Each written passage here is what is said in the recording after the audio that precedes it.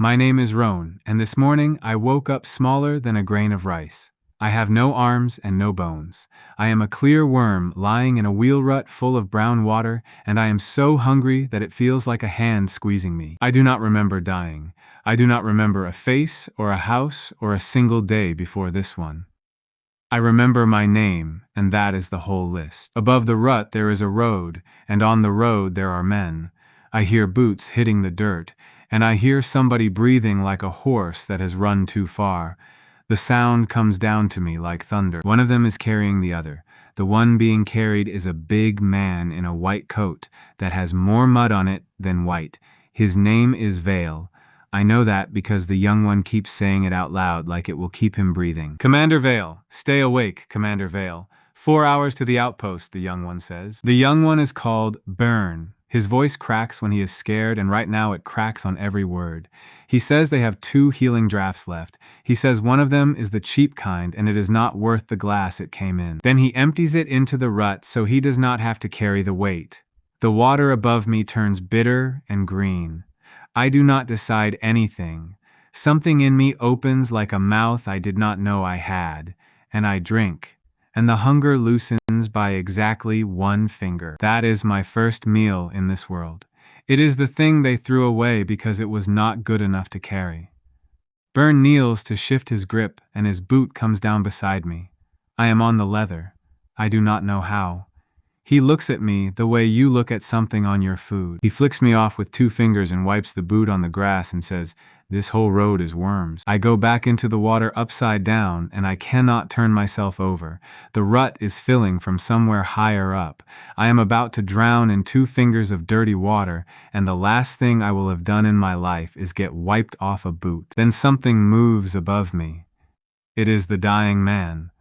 Commander Vale has turned his head, and he is looking straight down into the rut, and his eyes are already going gray at the edges. He moves 1 finger, just 1. He tips a small stone off the lip of the rut, and it drops, and the water goes around it, and my side of the puddle stops filling. It cost him nothing. It took the last strength he had, and it cost him nothing, and he did it for a worm. And I am going to spend a very long time paying that back. Burn does not see it. Burn is already lifting again. He carries Vale 6 steps, and then Vale makes a sound, and he stops and puts him down in the grass, and Burn starts saying the name louder, which never helps anybody. There is something else in the grass. It has been there the whole time, and I could not see over the edge. It is a griffin. It is the size of a cart, and it is lying on its side with its wings open wrong, and there is a hole in its neck the width of my whole body. It is still breathing. Every breath pushes blood out of the hole in a slow, warm wave. I have no legs. I have no plan. I have hunger, and I have a hole full of something warm, and those 2 things make a decision without asking me. I crawl. It takes me a long time. Burn is 4 steps away with his back turned, and he is crying now, and I go across the grass under his heel and into the wound. Inside it is hot, and it is loud. The heart is still going somewhere above me, slow, like a door closing over and over. Then the world turns red. Not the blood. A window. It opens in front of my face, or inside my face. I cannot tell the difference yet, and every letter on it is the color of an open cut. Divine grade genetic material detected. Source, Griffin, bonded war class. Second source detected. Human, incomplete, humanoid form, locked. I do not understand the second line. I understand the first one well enough. Then the window keeps writing, and it writes the price, and it writes it slowly, like it wants to be sure I read every word. Assimilation without ARC authorization is illegal. Carrier slots. 3. A 4th trait cannot be carried until 1 is put down. Every new species costs 1 whole memory. Whole memories remaining, 9. Then the last line, and it stays on the window after the others fade. Your own name is counted last. Assimilation of a thinking being takes the name entire in 1 payment. I lie in a stranger's throat, and I do the arithmetic that is going to run the rest of my life. 9 memories, and I do not know what is in them, and I only know the name is at the bottom of the stack, like the last coin in a pocket. Outside, Burn says the commander is gone. Begin illegal assimilation, the window asks. Yes, I say, and I do not have a mouth to say it with. The griffin's body goes rigid under me. Something black comes out of the wound and out of the beak and out from under every feather at once, and it climbs over the whole animal and closes, and from the outside it must look like a wet black egg the size of a cart sitting in the grass in the middle of a road. Burn screams. I hear him through the shell. He screams twice, and then I hear boots going away very fast. Inside, everything I am is taken apart and put back in a different order, and it hurts in a way that has no word attached to it, and while it happens, the window counts down. Whole memories remaining. 8. I feel it go. I do not feel the loss the way you lose a coin. I feel the shape of a woman leaning over a bed, and I feel the shape stop having a face, and then I cannot even remember that it used to have one. The shell splits. What comes out is not a griffin, and it is not a worm. It has 4 legs that do not match, and a body the size of a big dog, and gray feathers along the spine that lie flat like roof tiles. One wing is finished, and the other stops halfway and just ends. I stand up wrong and fall over. I stand up wrong again and fall over again. It takes me 4 tries to work out that the back legs go the other way around. 3 slots, the window says, and it lists what I filled them with. Bone under the skin, a griffin plate that runs from the shoulders down the back, which is the only reason I am not a smear. Heat sight, which turns the whole forest into warm smudges and cold ones. And wings that will never lift me, but that will slow a fall to something a body can survive. 3 things. That is the whole harvest from a divine beast, because the divine beast was almost empty by the time I got there. I am not a god. I can barely walk.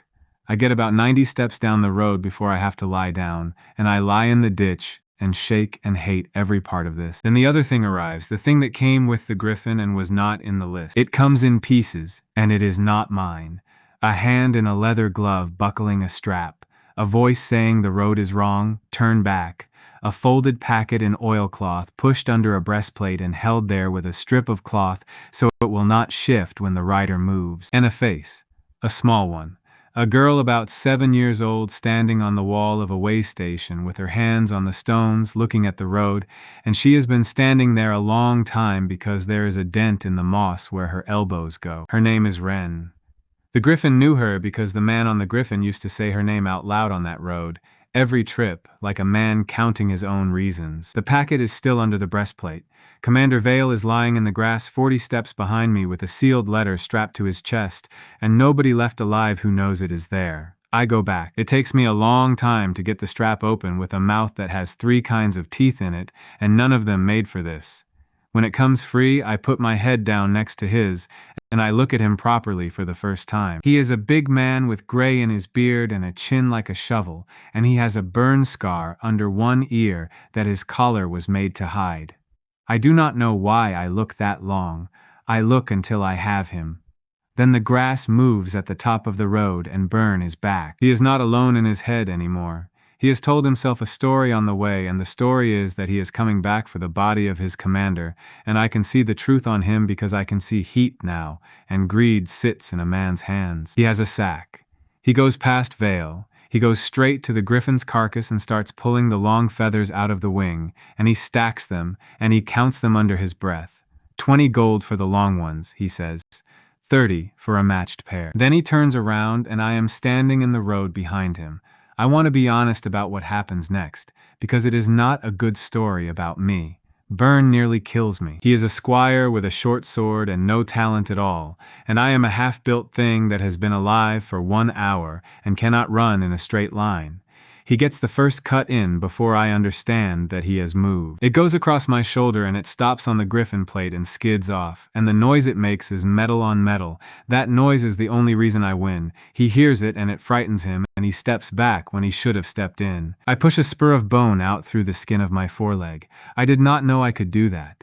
It comes out about the length of a knife, white and wet, and I swing it at his knee. He blocks with the flat of the sword, and my spur snaps off at the root. So that is the great weapon gone in one exchange. I have 3 slots, and one of them just broke. I do the only thing left. I go backward into the rut, into the water, into the mud that is churned up to the depth of a hand, and I stand in it and I wait. Burn comes in after me. Burns' boots go out from under him at the second step, because I have been living in that mud since sunrise, and he has not. He goes down on his back in the water, and I am on his chest with my whole weight, and his sword is somewhere under him, and his throat is right there under my mouth, warm and moving. Assimilation of a thinking being available, the window says. Cost, the name entire. I hold there long enough to read it twice. I have 8 memories, and I do not know what is in a single one of them, and I have a name, and it is the only thing about me that is mine. This boy wiped me off his boot and called me the road.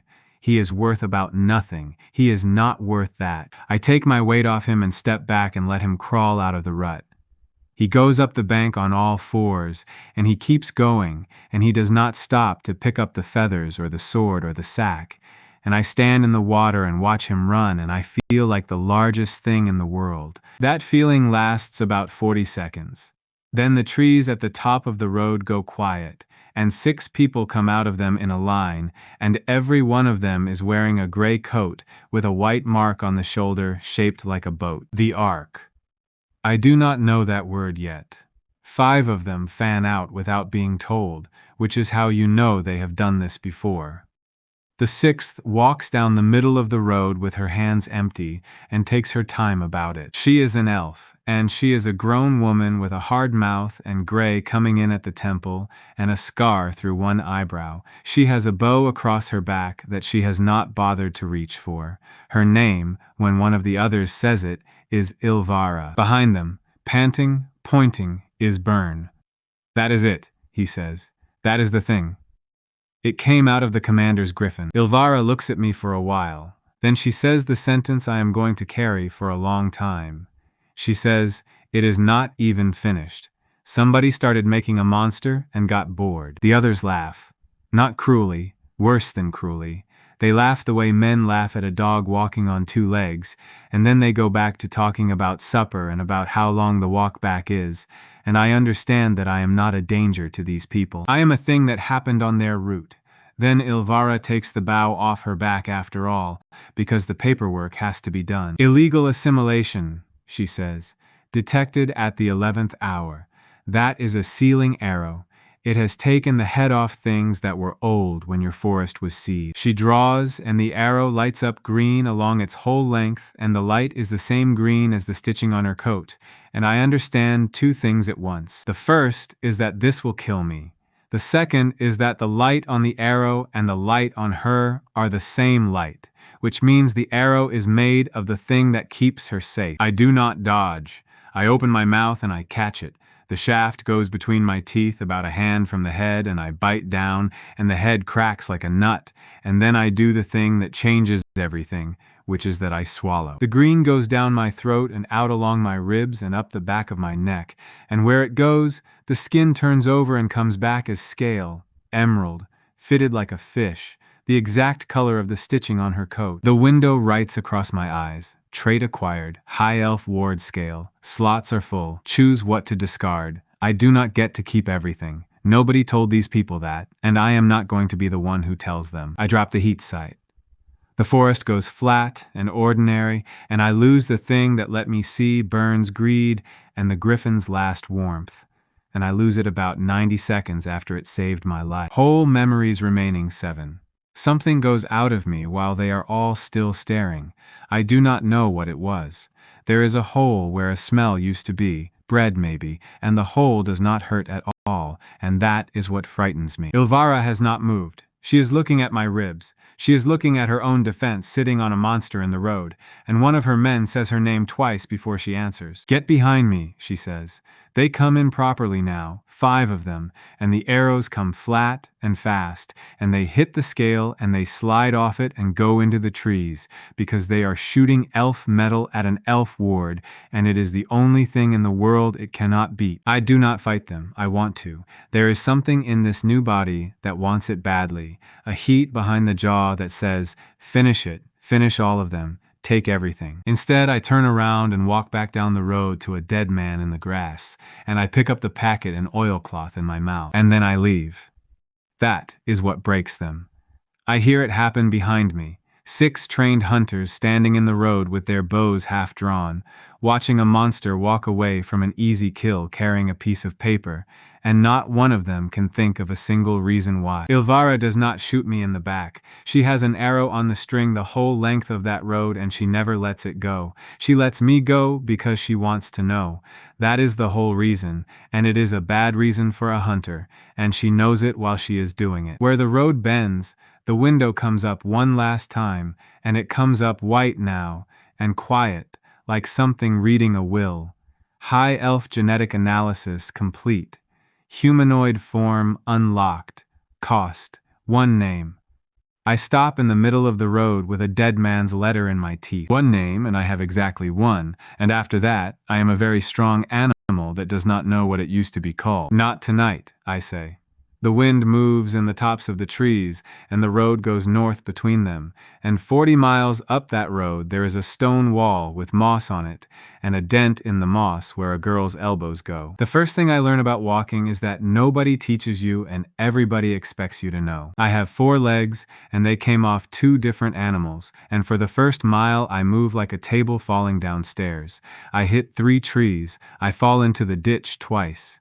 The second time I lie there with the letter in my mouth, and I think seriously about whether this is worth it. Then it gets dark, and the whole forest wakes up around me, and I stop having time for opinions about whether any of this was worth doing. The bramble is what the men on the road called it. It runs north for 12 days on foot, and it has 3 deep parts that nobody sane goes into, and it is full of things that eat and things that get eaten and nothing in between. I am the second thing. I know that all night. Twice something big comes close enough that I can hear it choosing. Both times I get into water, because water takes my smell, and because my legs are worse than everything out here, and I know it. By dawn I have gone about 4 miles, and I have not eaten, and I have started to shake. That is the other thing nobody warns you about. This body burns. Whatever it did to build a griffin plate and a coat of elf scale, it spent something to do it, and the bill comes due about 10 hours later, and it comes due all at once. I find a stream and I stand in it and I try to think like a person and not like a hungry animal, and it is very hard. Here is what I have. 3 slots all full, bone plate, a wing that only slows a fall, and a scale that turns elf magic. 7 memories I have never seen. 1 name, 1 letter. Here is what I do not have. Any way to open a door, any way to say a word out loud, any way to hand a folded packet to a 7-year-old girl standing on a wall. That is the whole problem, and I sit in a cold stream at sunrise and finally understand it properly. I am not trying to become strong. Strong is easy out here. Strong is just eating. I am trying to become something with hands. And the price of hands is written on a white window, and it is the only thing I own. The sun comes up and I go north. Around noon I find the dog. It is lying across the road with its back legs wrong, and it is not a wolf, it is somebody's animal. It has a collar with a boat stamped into the leather and a lead still clipped to it, and the lead has been cut, not snapped. It is a tracking hound. It is huge, and it has a long gray face, and it has been dying since about midnight because somebody's cart went over it, and somebody decided that was cheaper than a splint. It sees me, and it does not get up because it cannot, and it does not growl. It just watches me come. The window opens the moment I am close enough to smell it. Genetic material detected. Source, arc tracking hound, 7th generation. Trait available, scent. Cost, 1 whole memory. Slots are full. Choose what to discard. I stand over a dying dog, and I do sums. Scent means I can follow a road I cannot see. It means I can find the way station without a map I cannot read. It means I can smell what is ahead of me before it is on top of me, which is the only reason anything survives out here. And it costs a memory, out of 7, and it costs a slot. And the only slot I can spare is the wing. So I give up the ability to survive a fall in exchange for the ability to know where I am. Written down like that, it sounds stupid. Out here, it is not close. I put my head down next to the hound's head first, because it is going to die either way, and because there is a difference between the 2 ways, and I do not want to be the kind of thing that does not know the difference. Then I take it. The world does not get brighter, it gets thicker. The road stops being a strip of dirt and becomes a stack of things laid over each other. A cart from yesterday, a fox from this morning, 2 men who came south 4 hours ago, and one of them is bleeding. Whole memories remaining, 6. The thing that goes this time is a song. I know it was a song because I feel the shape of a rhythm go out of me, and then I cannot tap it, and then I cannot remember that there was anything to tap. I put my nose down, and I find the road, and I start running properly for the first time in my life. 40 miles south of me, in a stone room with no windows, Byrne is telling the story for the 4th time. He is telling it badly. He has already moved himself from the man who ran to the man who held the line, and he has already moved the fight from the mud to the open road, and nobody in the room is stopping him, which he thinks means they believe him. Across the table, an old man in a gray coat writes one line and underlines it twice. The line says, "Refused a free kill." The old man is called Halden. He is an inspector of the Ark, which means he decides what things are, and in this country, the thing you are decided to be is more dangerous to you than any sword. Ilvara stands at the wall with her arms crossed and lets Byrne finish. Then she says, "He ate my arrow and it worked. Not survived it. Used it. It is wearing my ward on its ribs right now." Halden puts his pen down and looks at her for a long moment. "An unlicensed assimilator," he says, "that can take a high-grade trait off a living target in one bite. Do you understand what that is worth?" Ilvara says, "It is worth killing." Halden smiles at her the way a man smiles when he has already made a decision and is enjoying being ahead. "No," he says. "It is worth taking apart slowly while it still works." He turns to the map on the wall and puts one finger on the road going north, and he moves the finger up the road until it stops on a small square marked with a tower and a well. "There is a way station here," he says. "Vale Station. It is the only thing on that road for 40 miles. He taps it twice. "Everything on that road ends up there," he says. "Put people in it and wait. A man on foot does that 40 miles in 6 days. I do it in 2, and I only manage that because I stop eating and stop sleeping and stop being careful in the middle of the second one. The letter is what nearly beats me. I have to carry it in my mouth, and I have to not drool on it, and a body built out of a griffin and an elf and a dead dog makes an enormous amount of saliva when it runs. So I work out a system. I hold it flat against the roof of my mouth with my tongue. It takes me half a day to stop swallowing it by accident. On the second morning, I nearly kill 4 people. They are traders, 3 men and a woman with a cart and an ox and a load of salt going south. I smell them from a mile off because I smell everything now, and the smell is meat and sweat and warm bread, and something behind my jaw stands up and says yes. I get within 30 steps of the cart before I understand what I am doing. I go off the road and into the trees, and I lie down with my face in the dirt, and I count. I do not know what I count. I count until the cart is gone, and the smell of the bread goes with it. That is the first time I understand that the rule about thinking beings is a door as much as a price, and doors work both ways, and something on the other side of mine is leaning on it. By the 3rd day, I have learned the forest well enough to stay alive in it. Here is the shape of the bramble. There is the road, which is thin and old and has been kept clear by men with axes for 200 years. There are the shallows on either side of it, where the ordinary things live, deer and boar and long gray cats and the wolves that argue with them. And then there are the 3 deep parts, and every animal in the shallows knows where they are and none of them will go in. The first one is west and low, and it smells like something left in a cellar.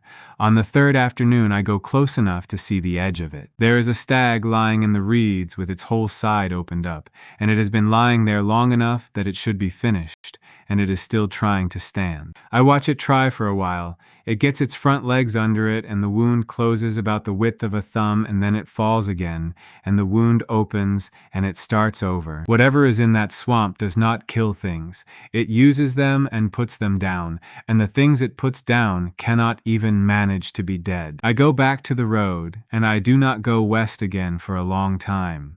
The second deep part is northeast, and it is not a place, it is a color.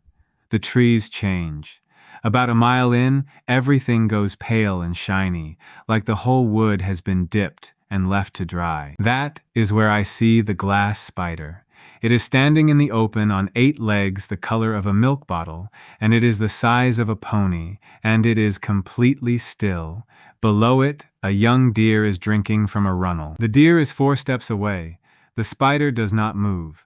I sit in the brush and I watch, and I am absolutely certain the deer is going to look up and see it, because it is enormous and it is right there in the light. The deer drinks. The spider waits. Then the deer shifts its back foot 1 step, nothing, and the spider is on it before the hoof finishes coming down. It does not bite. It puts 1 leg on the deer, one, like a man putting a finger on a page, and the deer goes down as if the ground opened.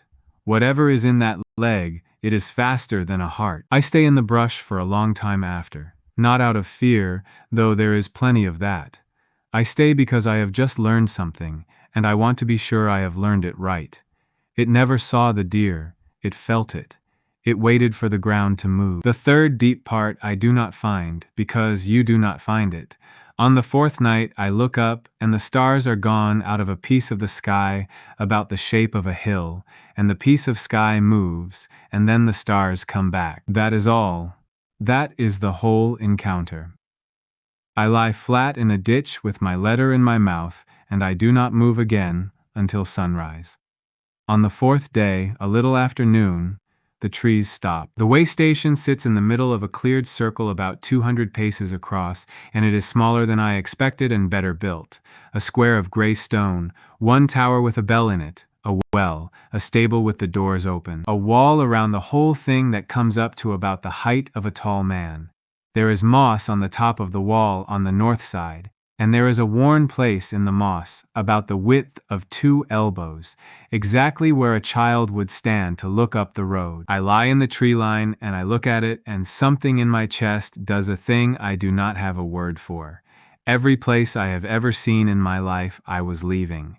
This is the first one I walk toward on purpose. Then I look properly, and my stomach turns over. There are 10 men in that yard, and not one of them belongs there. They are all in gray coats. 2 on the wall, 2 at the gate, the rest sitting around the well the way men sit when they have been told to wait and are bored about it.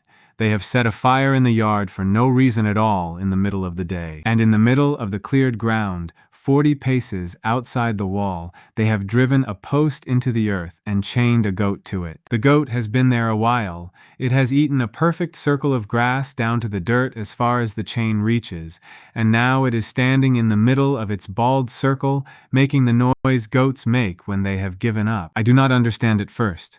Then I count the crossbows on the wall and I understand. It is bait. They are not guarding the way station. They are fishing with it. I lie in the ferns and I work out the numbers because that is what I have instead of courage.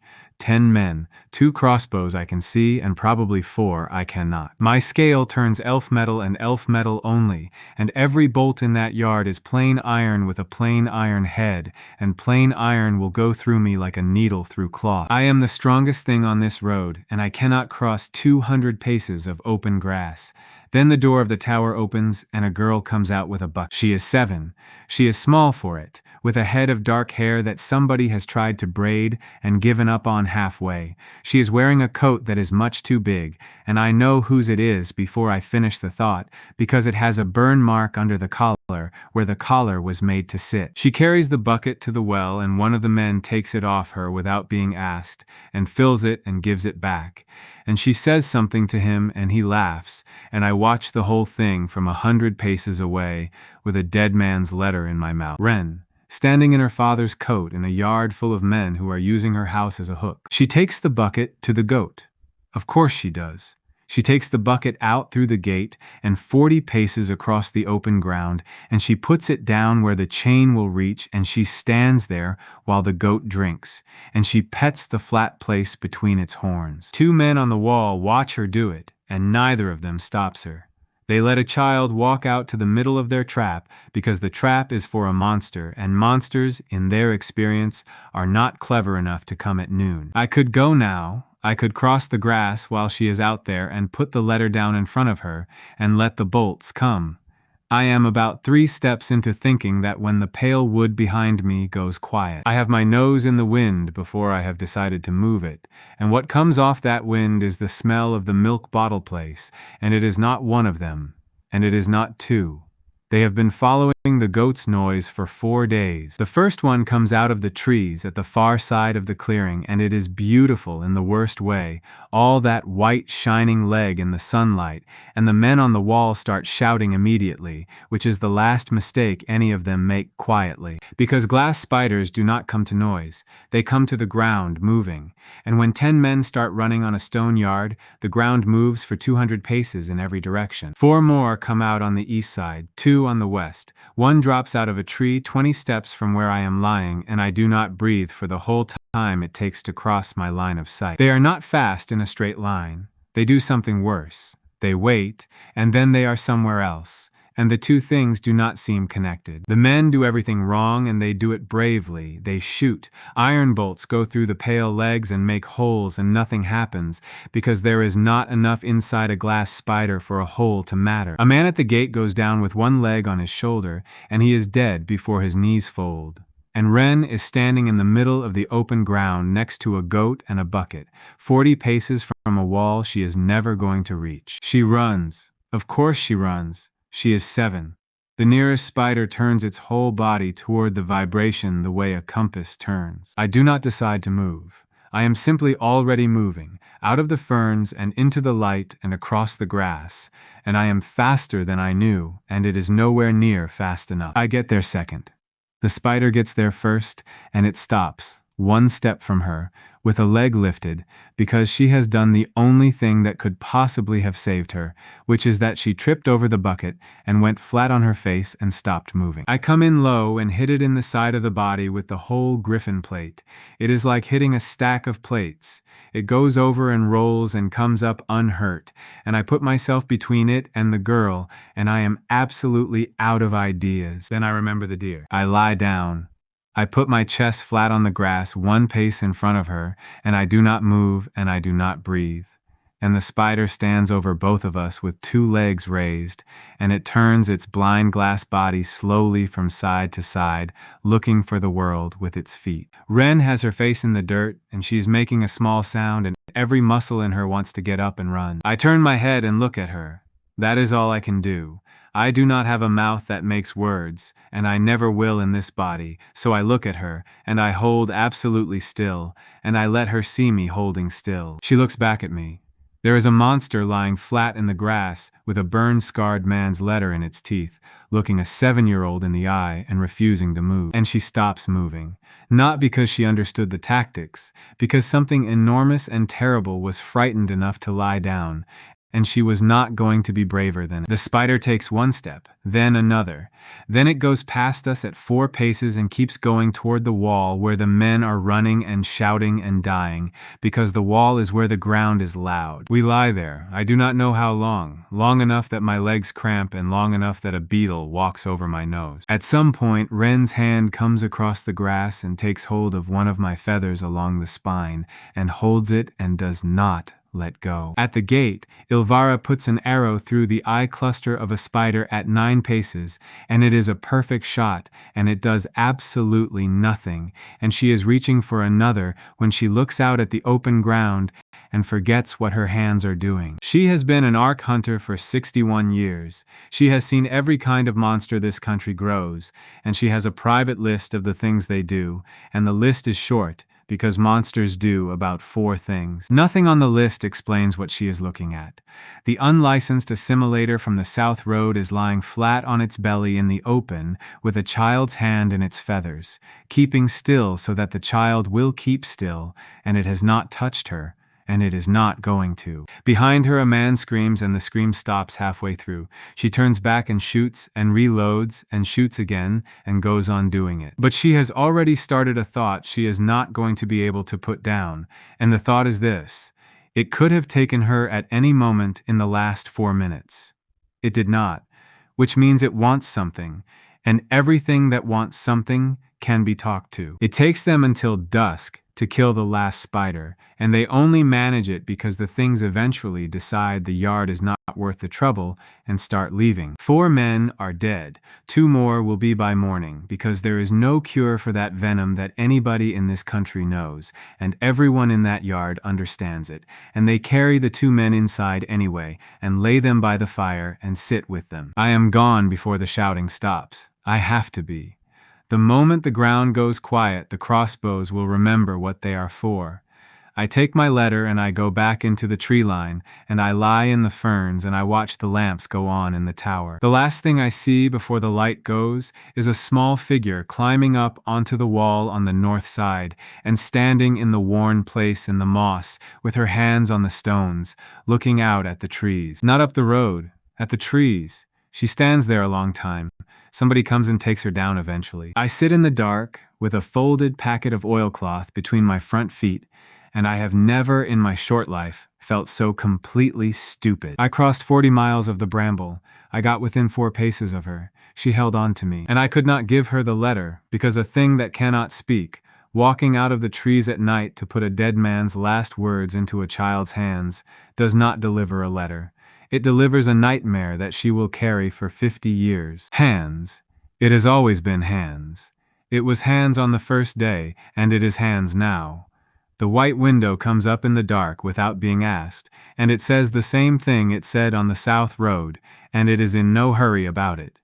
It can wait longer than I can. Humanoid form unlocked. Cost, 1 name. Whole memories remaining, 6. Not tonight, I say. But it is a much thinner not tonight than it was 4 days ago, and the window knows it, and I think I know it too. Inspector Halden arrives at the way station 2 days later with a cart, 6 more men, and a folding chair. He looks at the 4 fresh graves outside the wall, and he does not say anything about them.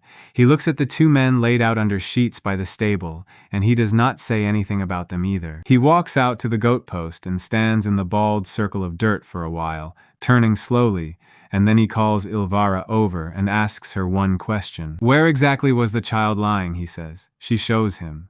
He walks the 4 paces from the mark in the grass to the place where a heavy body pressed the ferns flat, and he does that walk 3 times. And on the 3rd time, he starts to smile. Behind him, Byrne is holding his coat. Byrne has had a very good week. He has been made a witness of the First Order, which is a real thing in the Ark and comes with a stipend, and he has learned that if he says the story the same way twice, nobody checks it. He has stopped being frightened. He tells the men by the well that he fought the thing hand to hand on the South Road and drove it off, and 2 of them believe him, and the other 4 have seen what came out of the pale wood and know exactly how much of that is true. Halden folds his chair open in the yard and sits in it and has Wren brought to him. He is very kind to her, and I will never forgive him for it. He crouches down to her height, and he asks her about the monster, and he listens to every word with his head tilted, and she tells him the truth, because she is 7, and he is old and kind, and her father is not coming. It looked at me, she says. It lay down first, and then it looked at me so I would know. Halden thanks her. He gives her a sugared almond out of his own pocket. Then he stands up and tells the sergeant that from tomorrow, the girl will carry the water to the goat post twice a day, morning and evening, as usual. The sergeant says, Sir, in the open. As usual, Halden says. Ilvara is standing close enough to hear it, and she does not say anything. Her face does something when the sergeant says in the open, and then it stops doing it. I am 400 paces out in the trees, and I do not hear a word of it. I only see the result, which is worse, because the result is a small figure in a coat too big for her walking out through the gate at dawn with a bucket, and stopping in the middle of the open ground, and standing there. She does not go straight back. She stays out there longer than the goat needs.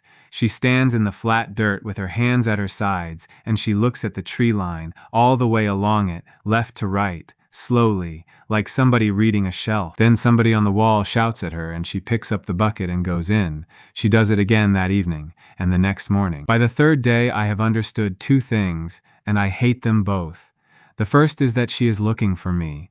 The second is that Halden knows she is, and that is exactly why he sends her out. They have moved the trap. The bait is not the goat anymore. I lie in the ferns and shake, and I want very badly to walk out of the trees in daylight and take the top off that man's head, and I run the numbers instead, because numbers are the only thing I have that they do not. 17 men now, where there were 10. 9 crossbows on that wall at any hour of the day or night. Plain iron heads, every single one of them. I have a plate of griffin bone across my back that a sword skidded off, and I have a coat of elf scale that turns their magic, and neither of those things is worth a copper against a lump of iron traveling flat out from 30 paces. If I cross that grass, I get about halfway. So, I go through it the way you go through a wall, which is to say I stop trying to go through it. I do not need to beat 17 men. I need to stop being something that a hole can be put in. And I know exactly where that lives. It lives in a swamp 3 days west that smells like a cellar, where a stag with its whole side open cannot manage to fall over. I get up out of the ferns, and I take a last look at a small figure standing in the dirt looking at the trees. Then I go west. Here is the problem with the swamp, and I work it out on the second day of walking, and it nearly makes me turn around. The window has been very clear about the rules from the start, and the rule is this: it opens when the source is dying or freshly dead, and it opens only while the source is still. I got the griffin because its heart was closing like a slow door. I got the hound because the hound was 4 hours from the end. I got the elf ward because I bit an arrow, and an arrow does not fight back. So to take a trait from a thing, I have to get that thing to hold still and stop.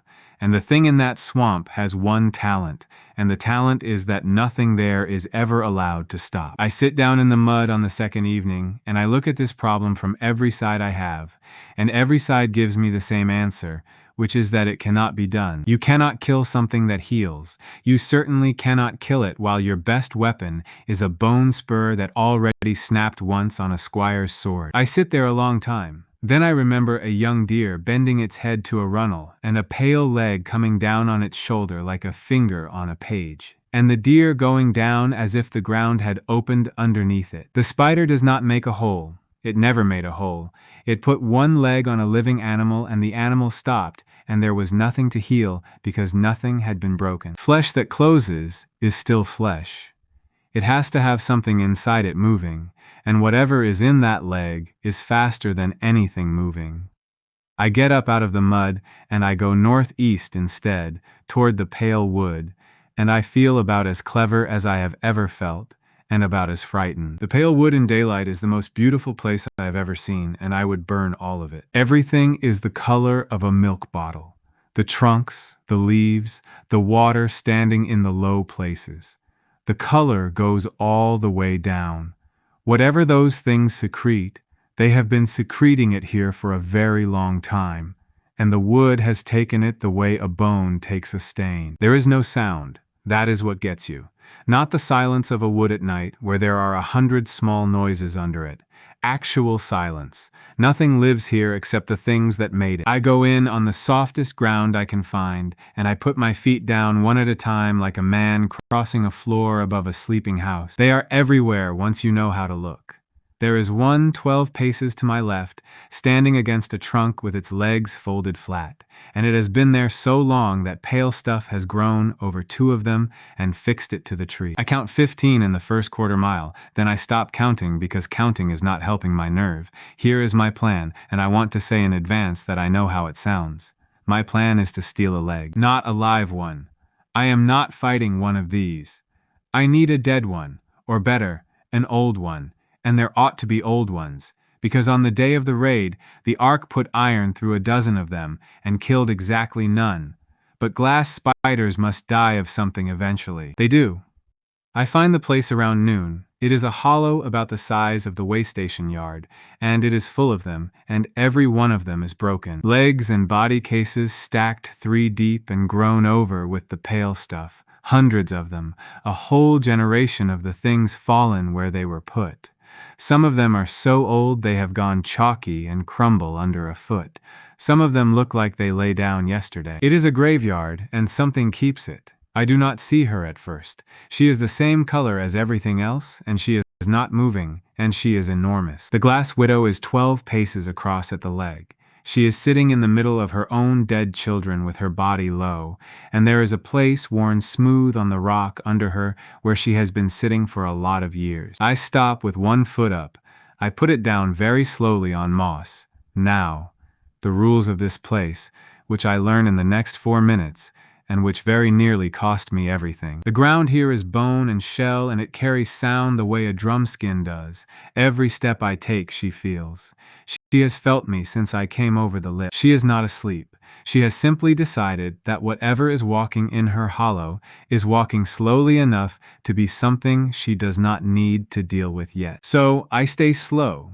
I stay slower than slow. I take about 6 minutes to cross 10 paces, and it is the hardest physical thing I have ever done. Harder than the road, harder than the cocoon. There is a leg lying loose about 4 paces from her foot.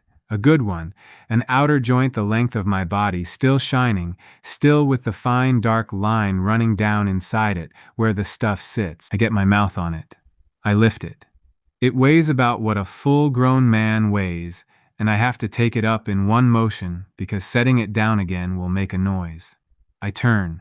I take one step back the way I came, and the letter falls out of my mouth. It has been in there for 6 days. I have run 40 miles with it, swum a river with it, slept with my jaw shut on it. It falls out now because I have my mouth full of somebody else's leg, and it hits the bone floor with a sound about as loud as a dropped glove. The widow's body comes up off the rock. I do not run. Running would kill me, and I know it. And I want to say I stayed still out of discipline, but the truth is, my legs simply stopped working. She comes across her hollow without any part of her seeming to move. She comes to about 2 paces, and she stands over me, and she puts one foot down, and then another, and she is feeling the floor around me, working out the shape of a thing she cannot see. The letter is between her 2 front feet. I have a stolen leg in my mouth and a folded packet of oilcloth on the ground under an animal the size of a barn, and my heart is going hard enough that I am certain she can feel it through the rock. And then she does the thing that saves me, which is that she puts her weight on the letter. It slides.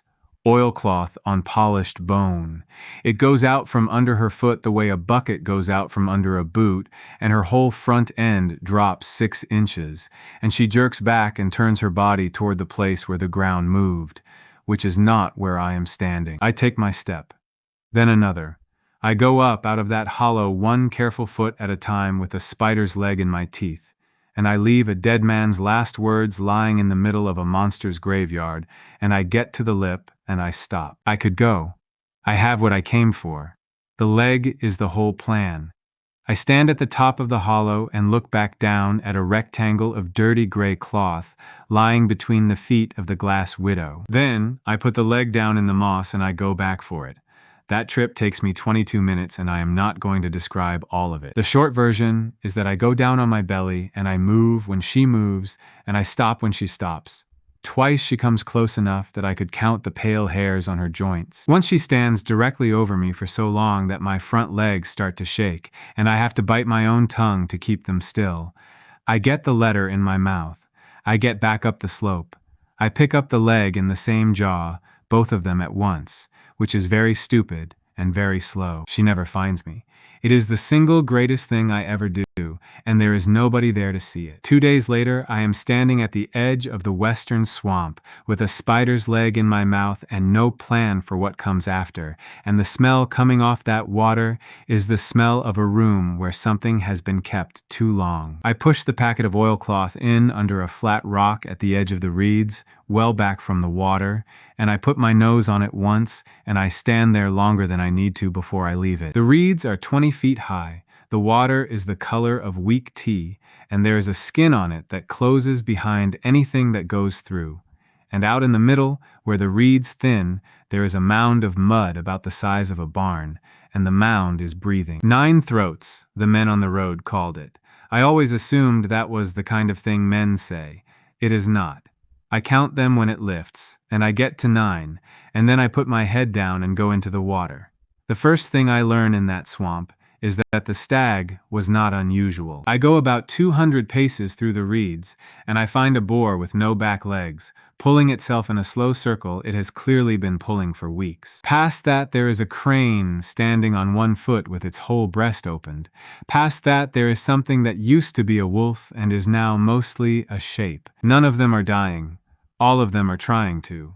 They do not attack me. They do not do anything. They are the herd, and I understand what the mound out there is doing about 90 seconds before I would very much have preferred not to. It does not hunt. It bites once, and whatever is in that bite means the thing it bit cannot finish, and then it leaves them standing in the reeds and comes back when it is hungry. A larder. The whole swamp is a larder, and every animal in it is fresh. I keep the spider leg in my mouth and I go out toward the mound and I think about how to say this to myself honestly. And the honest version is that I have one weapon.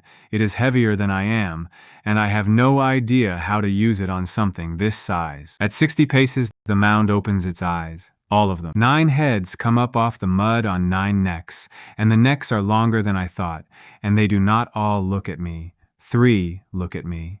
The others carry on watching the swamp in every direction, which is the moment I understand that this animal cannot be flanked and never has been. Then it comes. I have been hit by things before.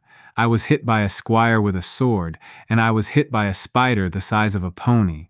Neither of those prepared me for a head as big as a cart arriving at the speed of a falling tree. It takes me across the shoulder and puts me into the reeds 40 feet away, and I go through about 6 inches of water and hit ground and skid, and the griffin plate saves my spine and does nothing at all for the rest of me. I get up. 2 ribs are wrong. I can feel them wrong when I breathe. The second head comes in low through the water, and I get out of the way of that one, and the third takes me across the flank and opens me from the hip forward. I do the only sensible thing, which is that I run away. I go into the reeds and I keep going and I hear it come after me for about 100 paces and then stop, because it does not need to chase. Nothing in this swamp has ever needed chasing twice. I lie in the water with my side open and I bleed into the swamp for a while, and when the shaking finally stops, I take stock of what I have left. Here is the stock.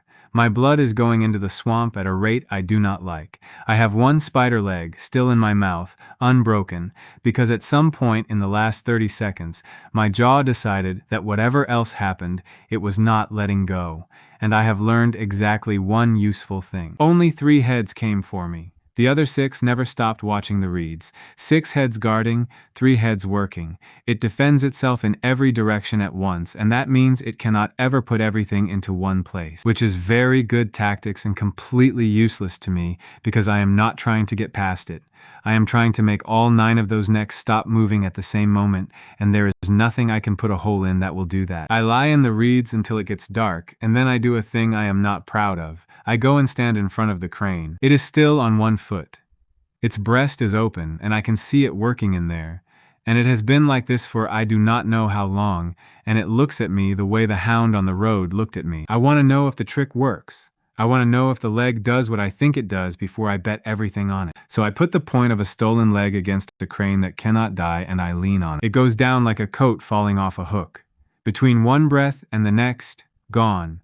And the wound in its breast stops working, and everything in it stops at once, and it is dead in a way that nothing else in this swamp is allowed to be. The window opens over the body. Genetic material detected. Trait available. Flight. Flight.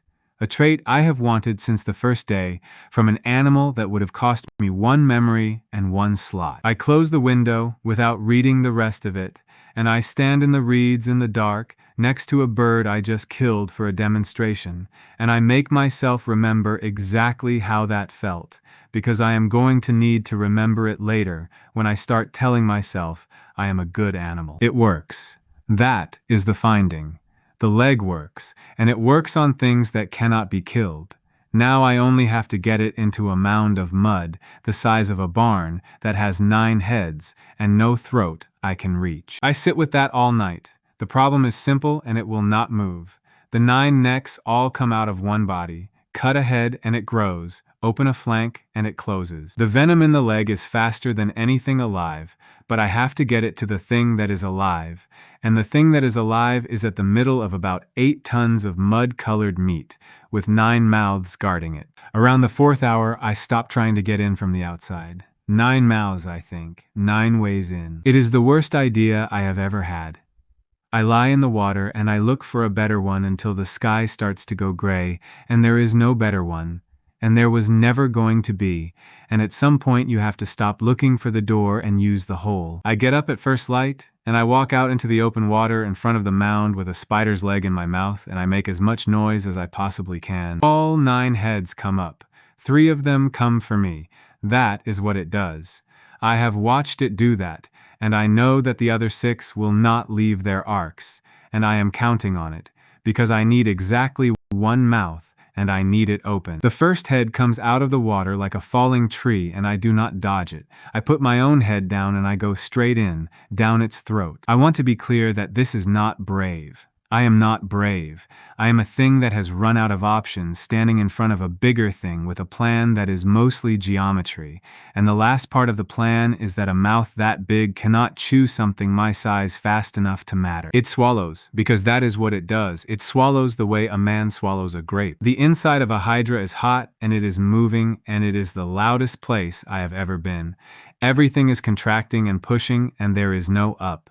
I brace the griffin plate against one wall, and I brace my feet against the other, and I am carried down the neck like something in a pipe. And the whole way down, I hold the leg pointed forward with my jaw locked around it, because if I lose it in here, there is no second attempt. Somewhere the neck stops being a neck and becomes the middle of the animal, and it opens out. And there is a chamber in there the size of a room, and the walls of it are moving in a rhythm, and the rhythm is the same rhythm I felt through the water at 60 paces. That is the heart. It is a wall that squeezes. I put the point of a stolen glass leg into it and I push with everything I have got. The whole world convulses. The chamber closes on me, and I feel 2 more ribs go, and I feel the plate on my back bend, actually bend, and then everything around me goes rigid at once and stays rigid. And then it stops. I lie inside a mountain in the dark and everything is completely still. The rhythm is gone. The pushing is gone. There is no sound at all, and I have blood in my eyes that is not mine, and the white window opens right there in the dark 6 feet, inside a dead god. Apex-grade genetic material detected. Source, marsh hydra, unclassified. Subject is dying and still. Trait available, regeneration. Cost, 1 whole memory. Slots are full. Choose what to discard. I lie in the heart of the thing and I do the arithmetic 1 more time, and this is the one that costs me. I have 3 things: bone plate, which stops a sword and just failed to stop a squeeze; scent, which is the only reason I can find a road; and a coat of emerald elf ward across my ribs. The scale is the one I love. It is the one I took out of the air in front of 6 hunters. It is the one that made an elf who had been doing this for 61 years forget what her hands were doing. Every time I look at my own side, I see it, and I feel like something that won. And it turns elf metal. Only elf metal. It has never turned anything else, and it never will. And there are 17 men standing in a stone yard 40 miles east of here, with plain iron bolts, and a small girl walking out to a post twice a day. Discard the ward, I say.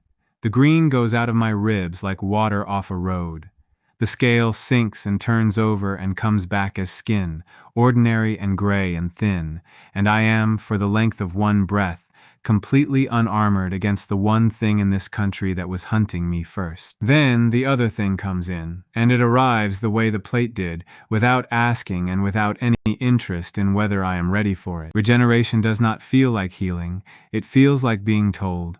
My 2 broken ribs are pushed back into line by something with no hands, and my open flank draws itself shut from both ends at once, and it is not gentle, and it is not fast, and it does not ask. Whole memories remaining, 5.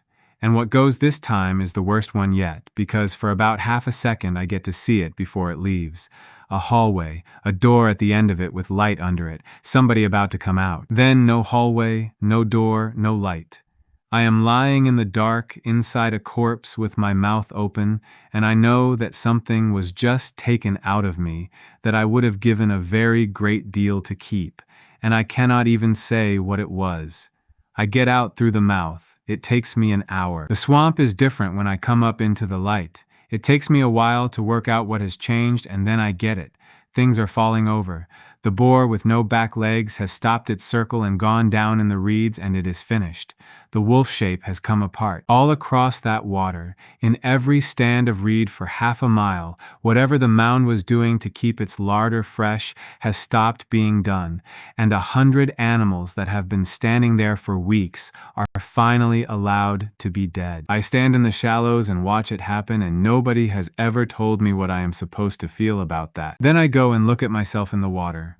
I am bigger. Not enormously, but the shoulders have come up and the chest has come out, and the gray feathers along my spine are longer and they have gone black at the tips. And when I turn my head, the skin on my ribs where the emerald used to be is already thicker than it was an hour ago. I put my foot on a stone and I open the pad on purpose, a good deep cut, and I watch it. It takes about 40 seconds, not instant. 40 seconds, and then there is nothing there. 40 seconds is a very long time in a fight. 40 seconds is nothing at all against 17 men shooting from a wall, because a bolt makes a hole and the hole shuts, and then there is another bolt. But it is enough. It is enough that a crossbow stops being an ending and starts being a delay, and I have spent 6 days working out that the difference between those two words is the whole war. I stay in that swamp 3 more days because I cannot walk properly, and because something has changed in me, and I need to know what. The hunger is different now. It is quieter than the squeezing hand in the wheel rut, and it is much worse. It is a kind of interest. I look at things and I find myself thinking about what they are made of. On the second evening, a young boar comes down to the water, and I catch myself running the numbers on it. Cost 1 memory, and I have to walk away and stand in the reeds and hold on to the only 3 facts I still have. My name is Roan. There is a folded packet of oilcloth under a flat rock where I left it, and a man moved a stone with 1 finger so I would not drown. And there are 5 memories left, and I do not know what is in any of them, and the last one is my own name. On the 3rd night, the stars go out over the eastern part of the sky, the shape of a hill, and stay out for a long count, and then come back. I lie flat in the reeds and I watch the place where they went out. Whatever that is, it is not in a swamp, and it is not in a wood, and it does not sit still and wait to be robbed. I am going to have to deal with it eventually. Not tonight. Tonight I put my head on a wet rock next to a dead man's letter, and I sleep for 10 hours, and it is the first real sleep of my life. I take the letter out from under its rock, and I come back east in 3 days instead of 4, and I come the last 6 miles at a flat run, because from 2 miles out I can smell that the yard has been packed up. Horses that have been standing in harness a long time, grease on axles, cold ash where a fire has been out since morning. They are leaving, and I have never once in my life wanted a group of armed men to stay where they were until this exact moment. I come out of the tree line at a place where the ferns run almost to the wall, and I lie down and look, and the yard is full of cart. 2 of them. The big one is loaded with the ARC's boxes, and the second one is smaller, and it has a bench in it and a canvas hood, and standing beside the second cart, in a coat much too big for her, is Wren. She has a bundle. Somebody has tied her things into a blanket the way you do when a child is going somewhere, and nobody wants to explain it properly. Inspector Halden is at the gate with his hands behind his back, watching the loading and looking pleased with the weather. Halden walks over to the second cart and crouches down in front of her and talks to her, and the wind is coming my way, and I get most of it. The way station is not safe for a child on her own now that her father is not coming back. The ARC takes care of its own. She will be a ward of the chapter at Kell where there are other children and a school. Every part of that is true, and every part of it is a lie, because the reason he wants her at Kell is that a monster came out of the trees for her and did not touch her, and a man like Halden does not let go of a hook once he has one. Byrne is on the wall over the gate, telling the new men what they should do if the thing comes. I can hear him from 200 paces because he is pitching his voice for the back of the yard. He is telling them about the South Road again. In this version, he cut it twice. The horses go into the traces. Somebody lifts Wren up onto the bench and she sits there with her bundle on her knees and looks at the trees. All right, I think. All right. There are 17 men in that yard, and I have a plate of bone, a nose, and 40 seconds of grace between a hole and no hole, and I am about to find out what that is worth. I come out of the ferns at a dead run, and I am halfway across the open ground before anybody on that wall does anything except stare. Then somebody rings the bell, which is the single most useless thing anybody does all day, and then the bolts start. The first one hits me in the left shoulder and goes in about 4 inches, and it is the worst pain I have felt since the cocoon.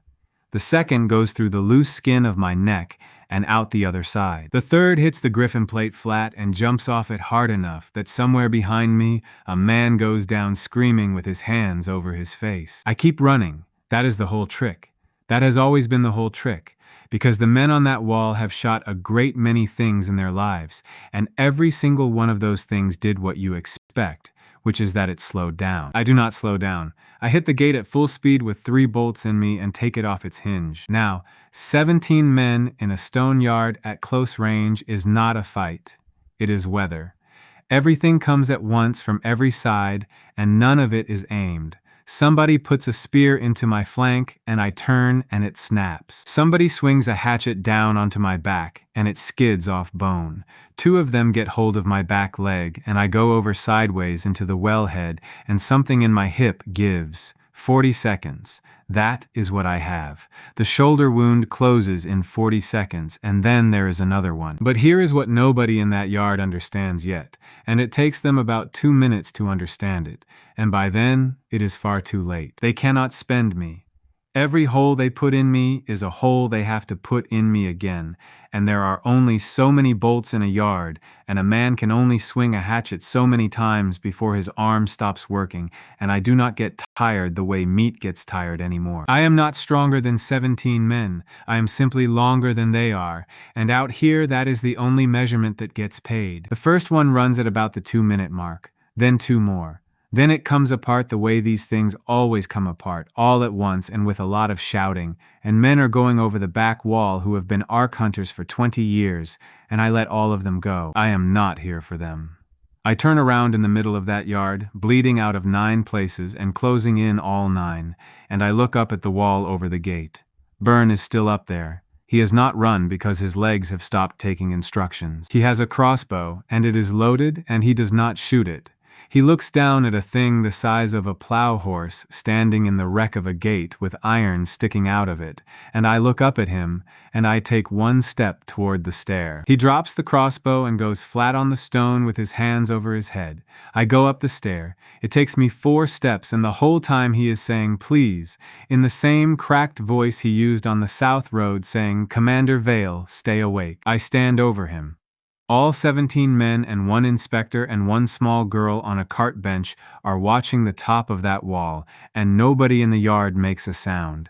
I put my head down until my mouth is a hand's width from his ear. Then I take his boot off. I get my teeth around the heel and I pull it off his foot and I hold it up where the whole yard can see it, and then I turn my head and drop it into the well. He lies there on the stone with 1 boot and 1 bare white foot, in front of every man he has been lying to for 3 weeks, and somewhere down in the yard somebody laughs, 1 short bark, before he can stop himself. That is the payment. That is the entire payment, and it is worth more than his throat, and I get down off that wall knowing exactly what I have done to him. Nobody in that country ever calls him anything but the barefoot witness again.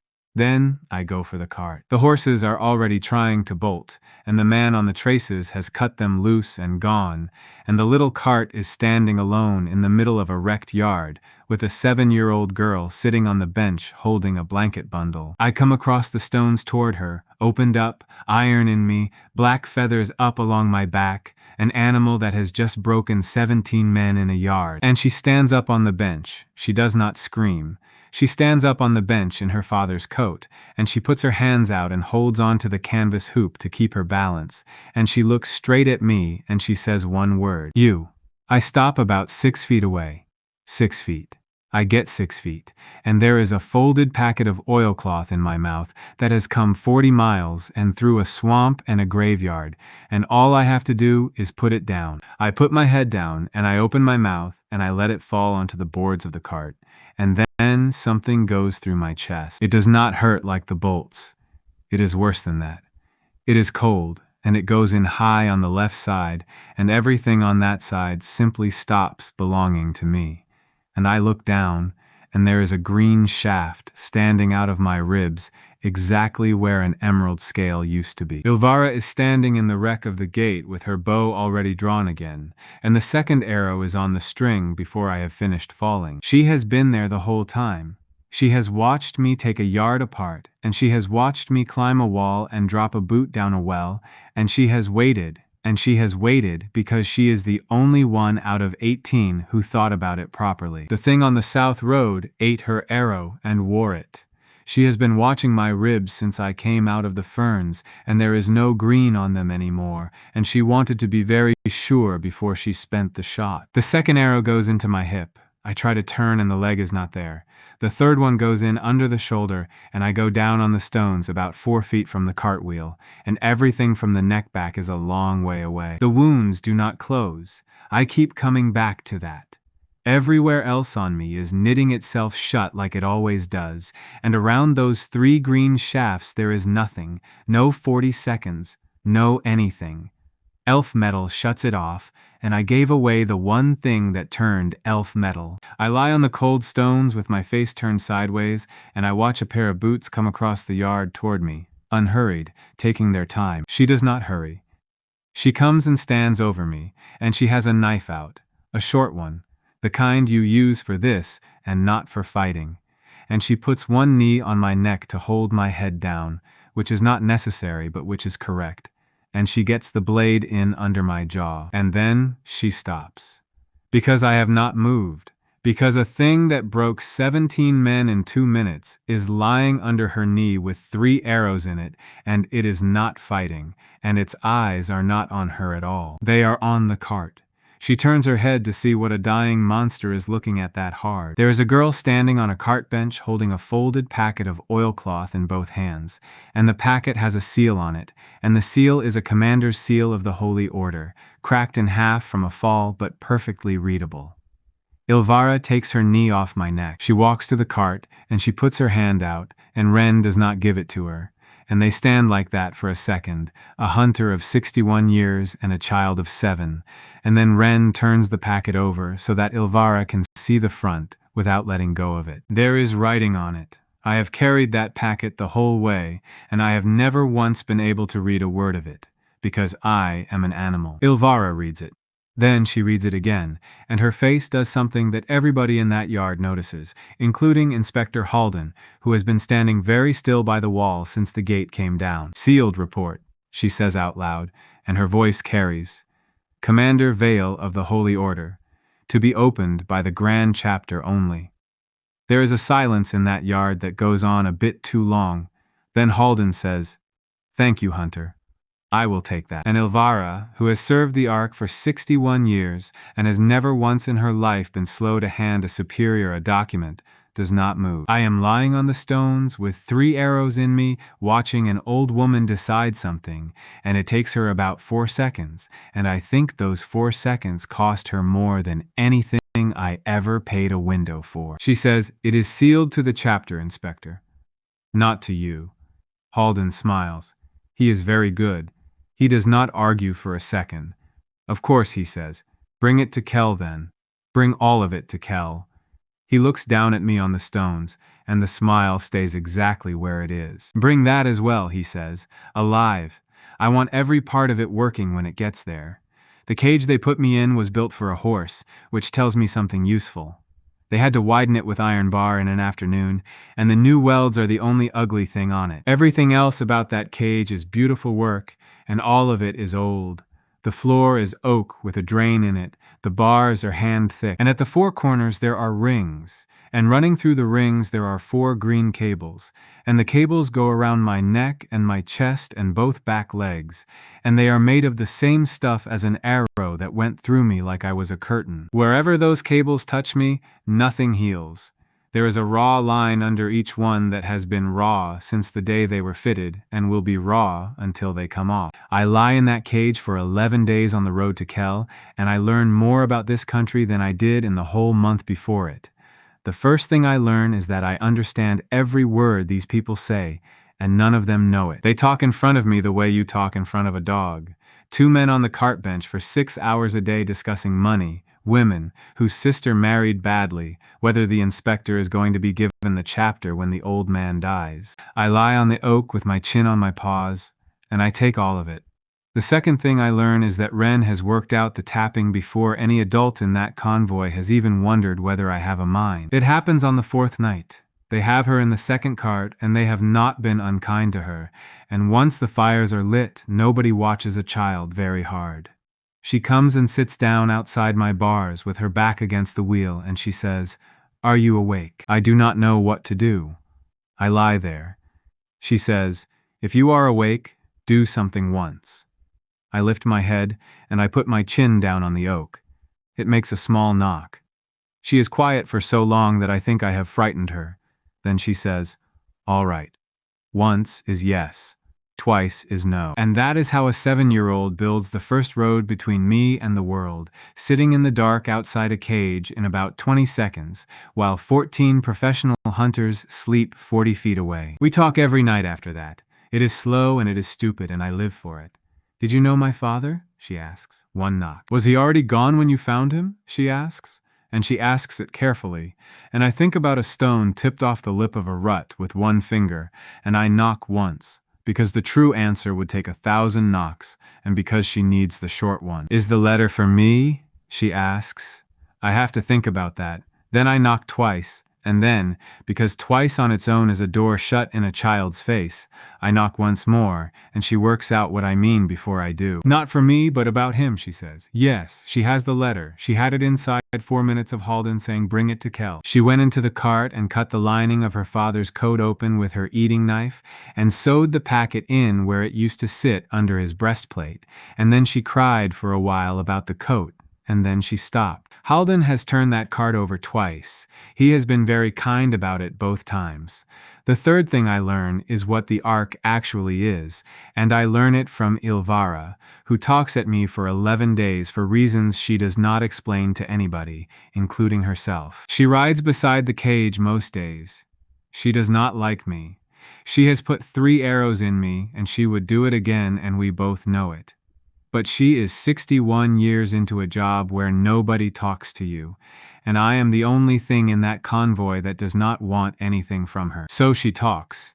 200 years ago, she says, the rifts opened and the beasts came through and men had nothing. No claws, no scale, no venom.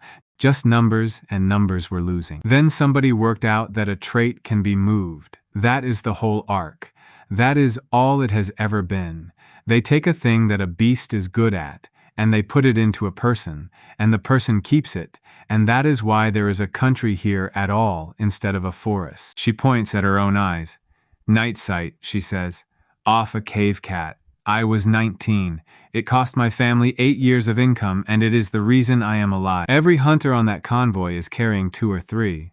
The sergeant has a boar's shoulders. The young one with the bad teeth has a lizard's grip, and can hang off a wall for an hour. And every single one of them was granted it, she says, by the chapter, from stock, at a price, with a license. Then she looks at me sideways and says the thing that has been sitting under all of it. "You do it for free," she says. "You do it in the road, off anything, in about 4 minutes, and you keep it, and nobody had to grant you anything.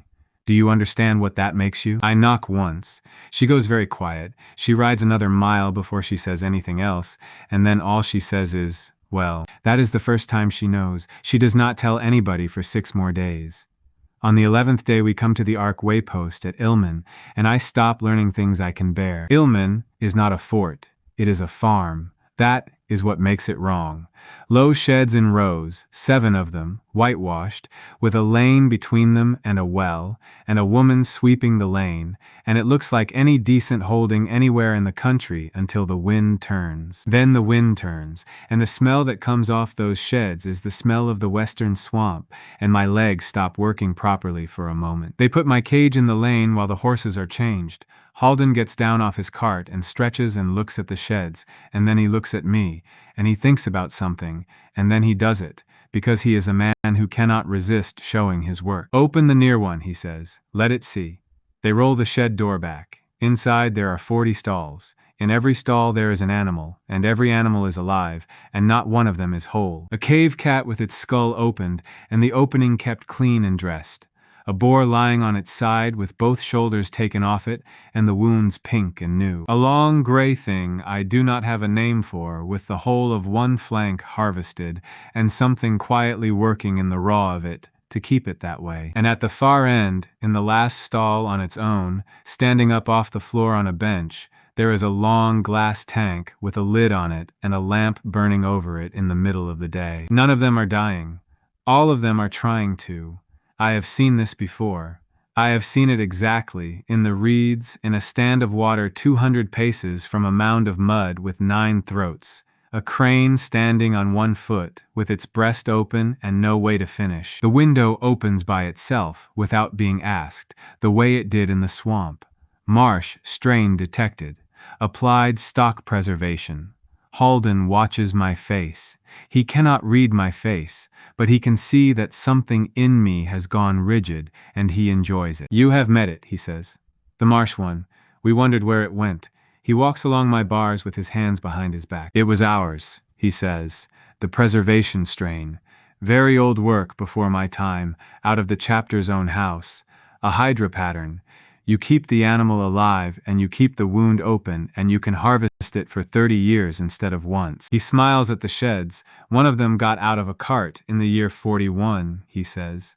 Somewhere west. It has presumably been doing what it was built to do ever since. Nobody was ever going to go in after it. I lie in a cage in a clean lane between 7 sheds, and I understand the whole shape of my life for the first time. I killed a god in a swamp, and I took its gift, and I felt like the largest thing in the world.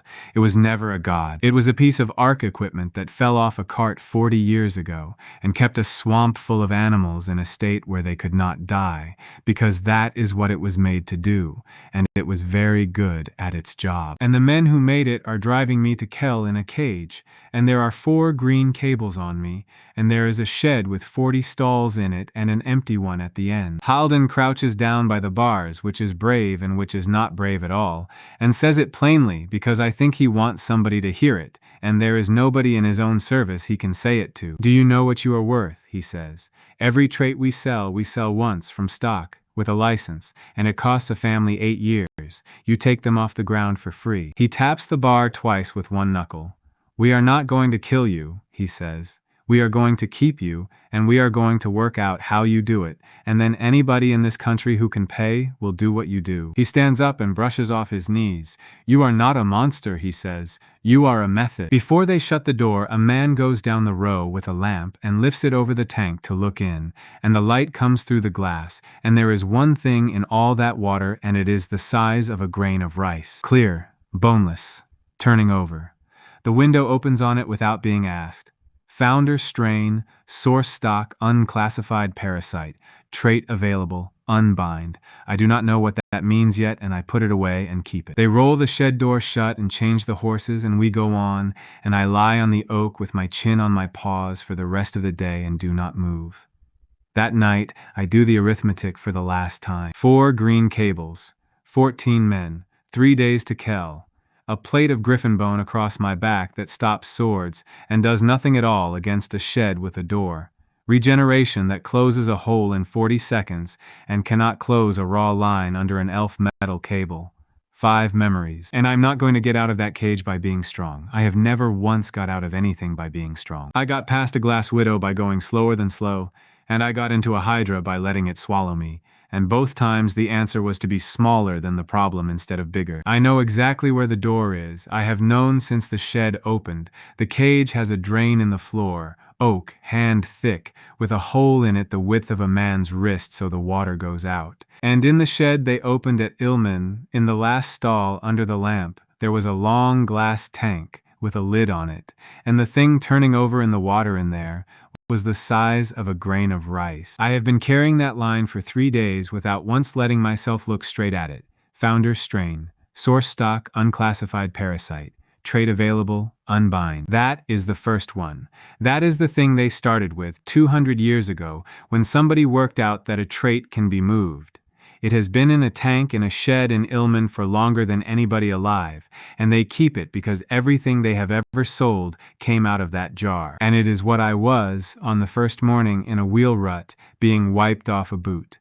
That is why the window will hand it to me from 100 miles back with the lid still shut. It is not reaching into that tank. It never was. It only wanted a name for a shape it has been holding since before the Griffin, the way it still holds a dead commander in the grass on file. Source pattern on file. Carrier's own founder form. Cost, 1 whole memory. Slots are full. Choose what to discard. I lie in the dark and I look at the choice.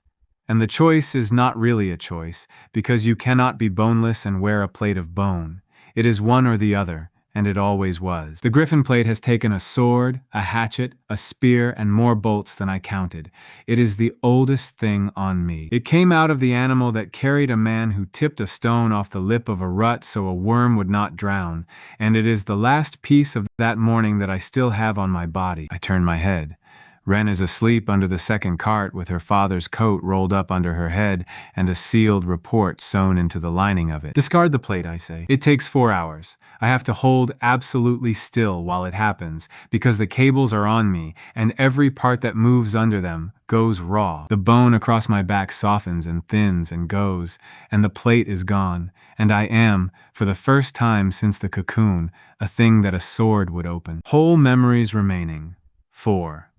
And the one that goes is small and stupid, and it takes me apart worse than the hallway did. It is the taste of something. Sharp and cold. I had it once, and I liked it enough to keep it. And now there is a shape in my mouth with nothing in it. Then the other thing comes in, and it is the strangest sensation of my life because it is the oldest thing I know. Every single joint in me goes soft at the same moment. My shoulders come loose from wherever they were fixed. My skull, which nobody ever thinks about, opens along 4 lines like a hand relaxing. I look down at my own front leg, and I watch it stop being a leg. At the 3rd hour of the morning, in the dark, in an ARC convoy camp 3 days out of Kel with 14 men asleep around it, a thing the size of a plow horse pours itself out through a drain hole the width of a man's wrist. The 4 green cables drop onto the oak floor with a noise like coins. I come out under the cart, and I put myself back together in the wet grass, and it takes 20 minutes and it hurts more than any wound I have ever had, because bones do not enjoy being asked twice. Then I stand up in the dark on 4 legs with no armor and 4 memories, and I look at the second cart where a child is asleep with a letter sewn into a coat. I could take her. I could put her on my back and go west, and nobody in this convoy would ever catch us. And then she would be a girl living in a swamp with an animal, and her father's report would never reach anybody, and Halden would go on to the chapter and be given the whole arc, and the sheds would keep filling up. So I do the hardest thing I have done since I refused a squire's throat in a wheel rut. I go to the second cart, and I put my head under the edge of the canvas, and I knock once on the boards, very quietly, 3 times over, until she wakes up. She sits up in the dark and sees a thing with no armor standing over her, and she is not afraid for even a second. I knock once. Yes. Then I turn my head and look up the road, north, toward Kel, and back at her. She understands before I have finished. She always does. Are you coming there? She says. 1 knock. She reaches out and takes hold of the black feathers along my spine, the way she did in the grass on the day of the spiders, and she does not pull. She just holds on for a second. Then let go, she says. Do not be slow. I am in the trees before the sentry finishes his turn. North of Ilmen, the bramble ends and the country opens out, and I find out what a road actually looks like when men have money. It is paved. It is wide enough for 3 carts. There are stones beside it every mile with numbers cut into them, and there are inns, and there are villages with walls that are for show, and there is a great deal of traffic, all of it going one way. Everything goes to Kel. I follow it at night, off the road, in the ditch, in the plowed ground, and I listen to carters talking at the inns while I lie in the dark under their wagons. Kel is not a fortress. I had it wrong for 2 weeks. Kel is a city of 90,000 people built around one building, and the building is the chapter house, and the chapter house is where every trait in this country comes from. If you want a boar's shoulders, you go to Kel and you pay and you sit in a white room. That is what all this traffic is. Half the carts on that road are carrying stock, live, in crates with the air holes drilled small. And in 9 days, a convoy is going to arrive there with a child in it, and a sealed report sewn into a dead man's coat, and an inspector who wants the chapter and is going to be given it.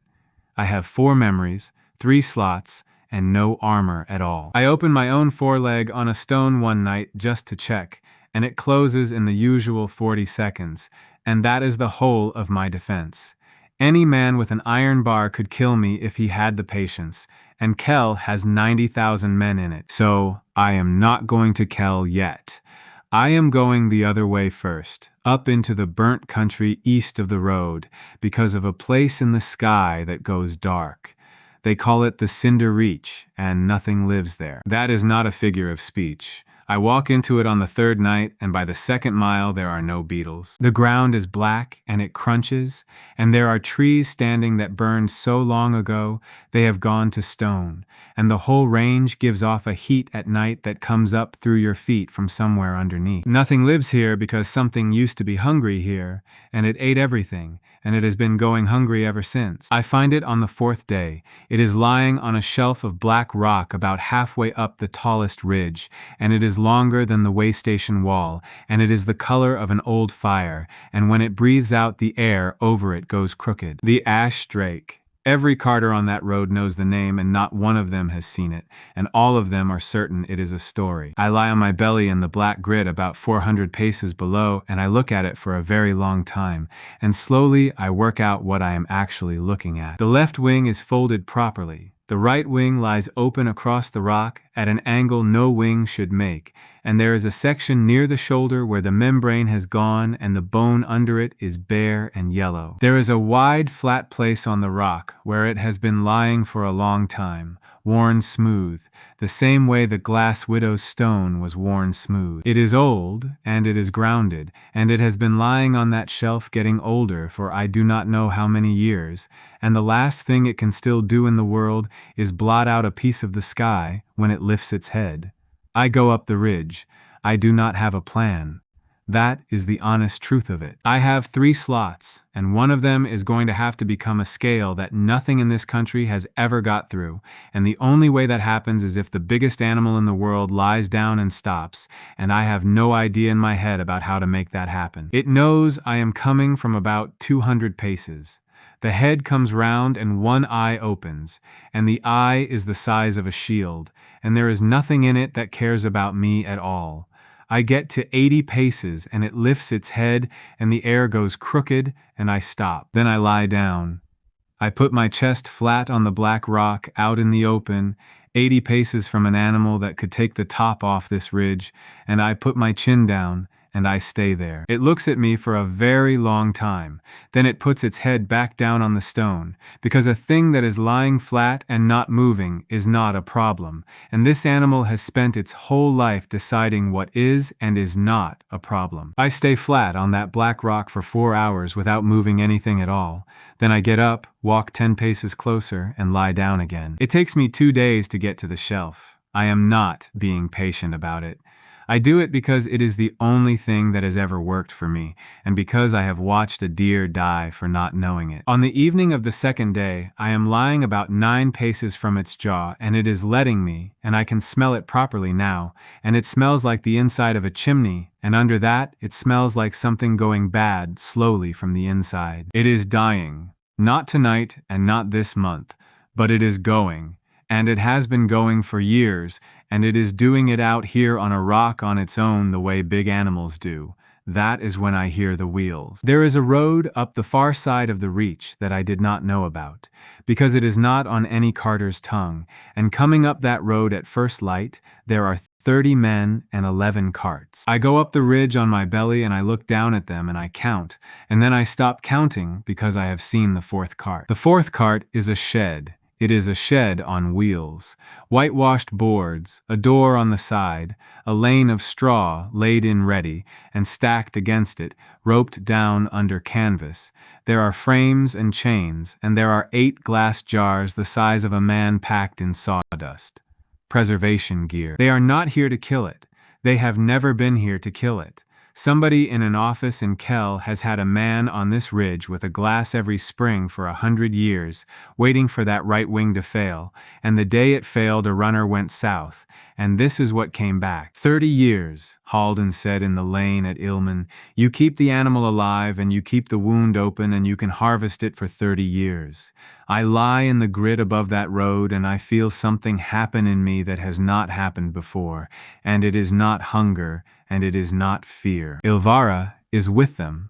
Of course she is. She is riding third from the front, and she is the only one on that road not talking.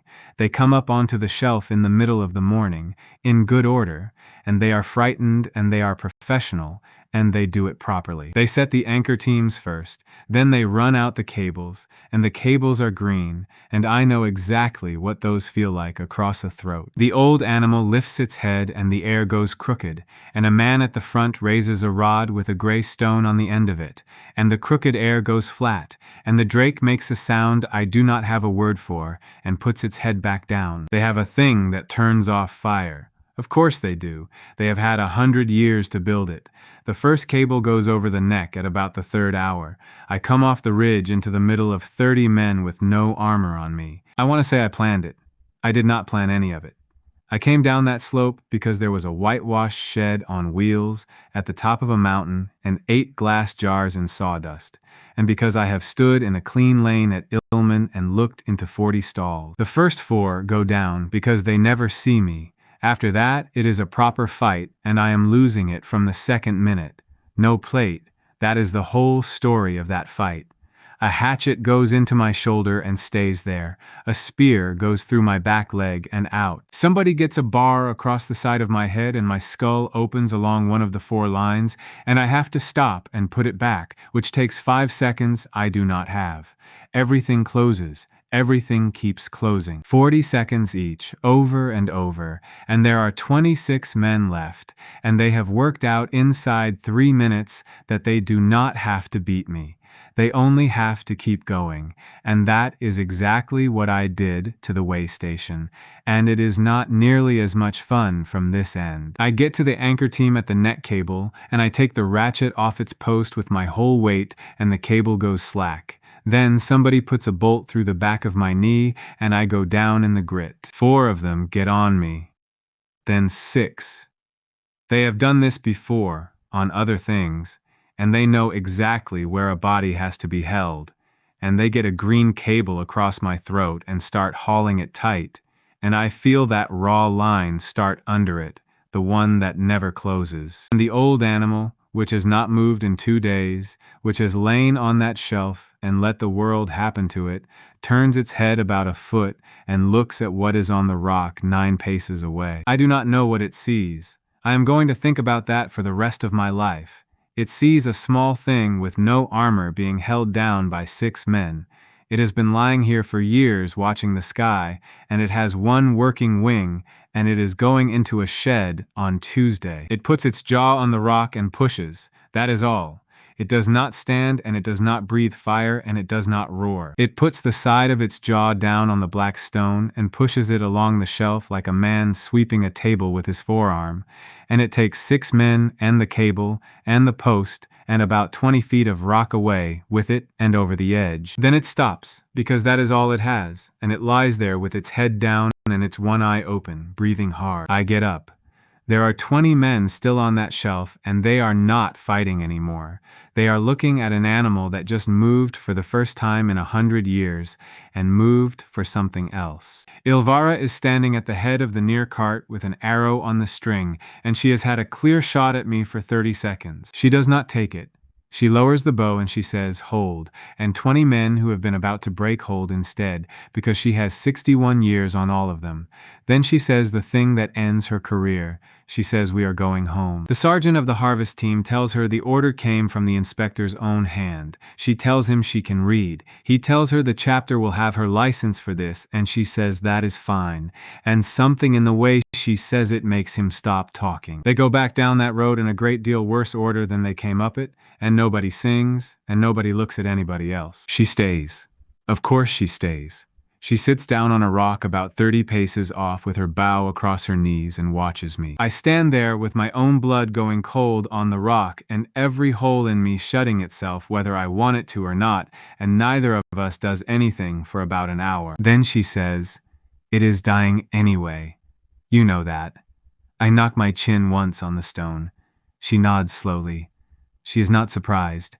She has known since the 5th day on the road that there is somebody behind my eyes, and she has had a long time to get used to it. "They will come back," she says. "Not this month. But that shed cost the chapter more than this whole ridge is worth, and they will come back with 60 men, and they will get it into the stall, and it will be in that stall when your grandchildren are dead." I know. I have known since I saw the jars. I go and lie down next to the old animal's head.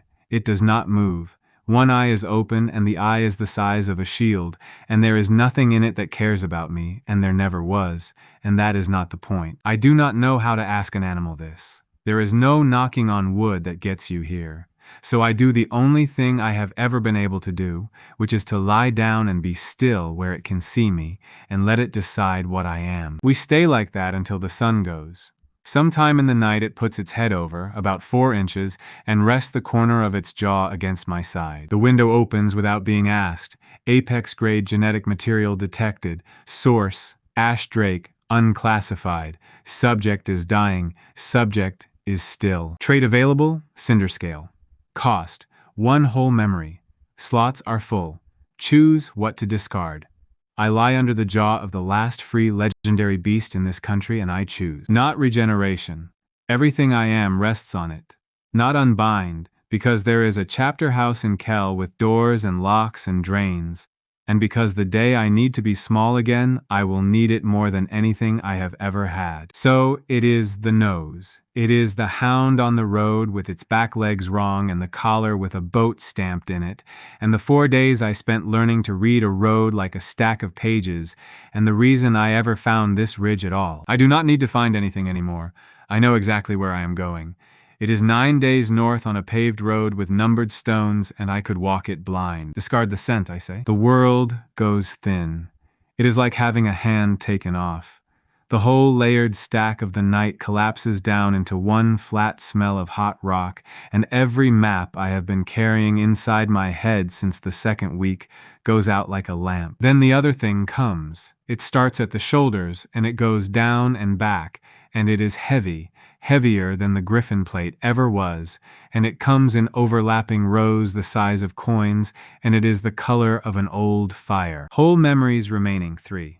And the one that goes this time is a whole person. I feel somebody leave. I do not get to see them.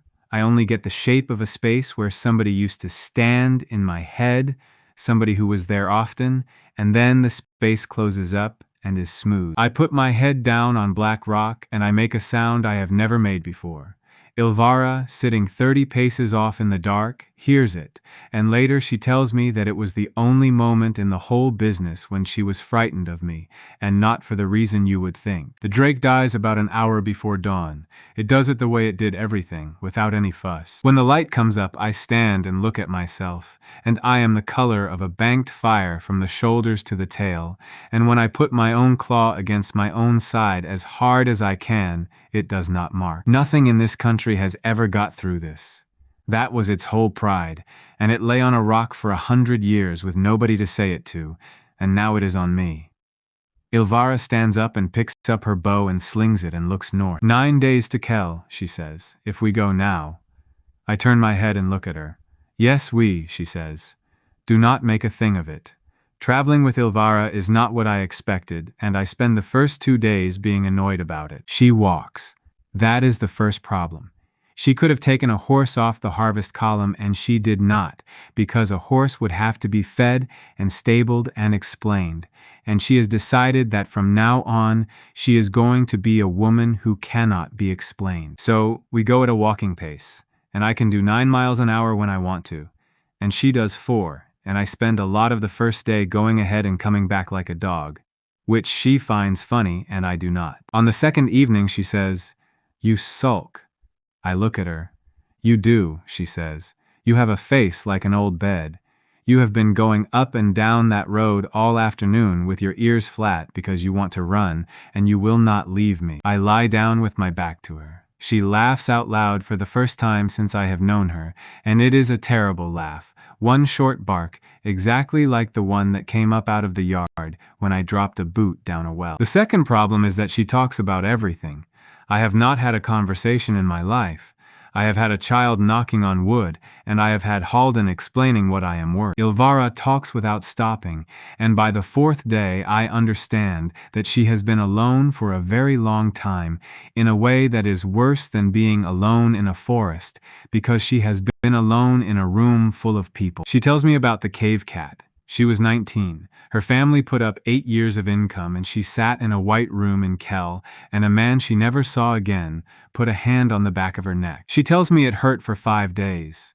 She tells me that when it stopped hurting, she went out at night and looked at the sky and could see the color of it for the first time, and that she went home and sat in the dark in her mother's kitchen and cried for an hour out of pure gratitude. And then she says the part she has not said to anybody.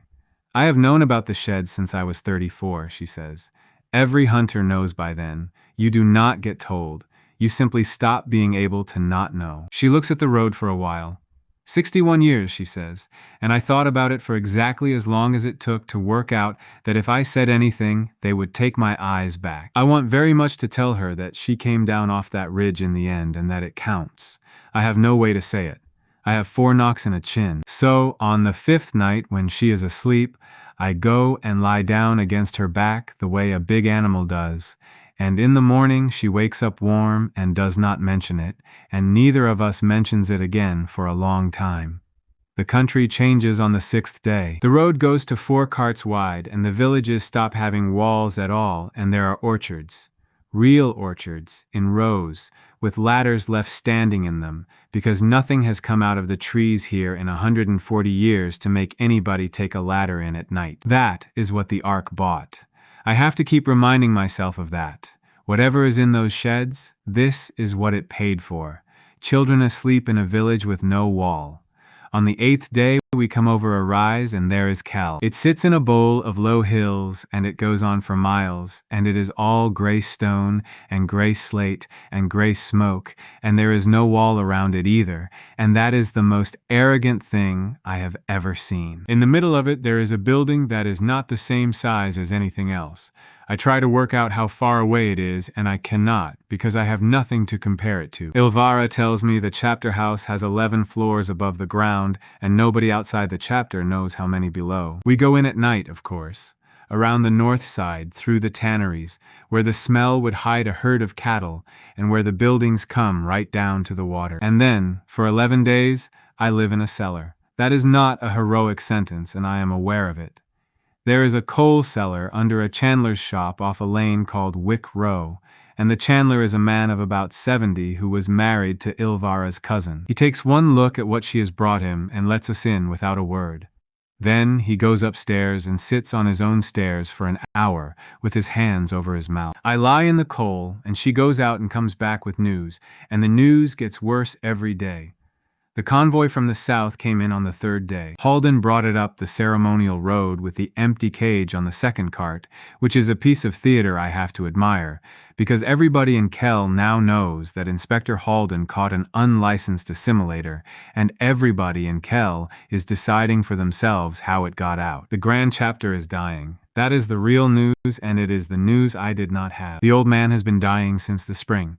The succession is called for the 14th day of the month, in the hall, in front of the whole chapter and every licensed house in the city, and there are two names on the roll. One is a woman called Emmerich, who runs the stockhouses and is 60 and boring and competent. The other is Halden. He has spent 19 years building his claim, and it comes down to one line, and Ilvara can recite the line because it has been read out in the hall twice already.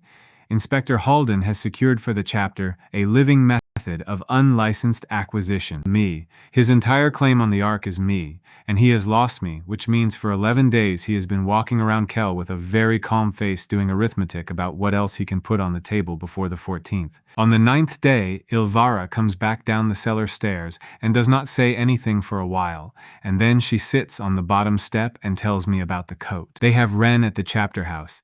She is a ward of the chapter, which is a real thing with a real bed and real meals and a real schoolroom, and by every measure she is being treated well. On the 8th day they took her father's coat away to be cleaned.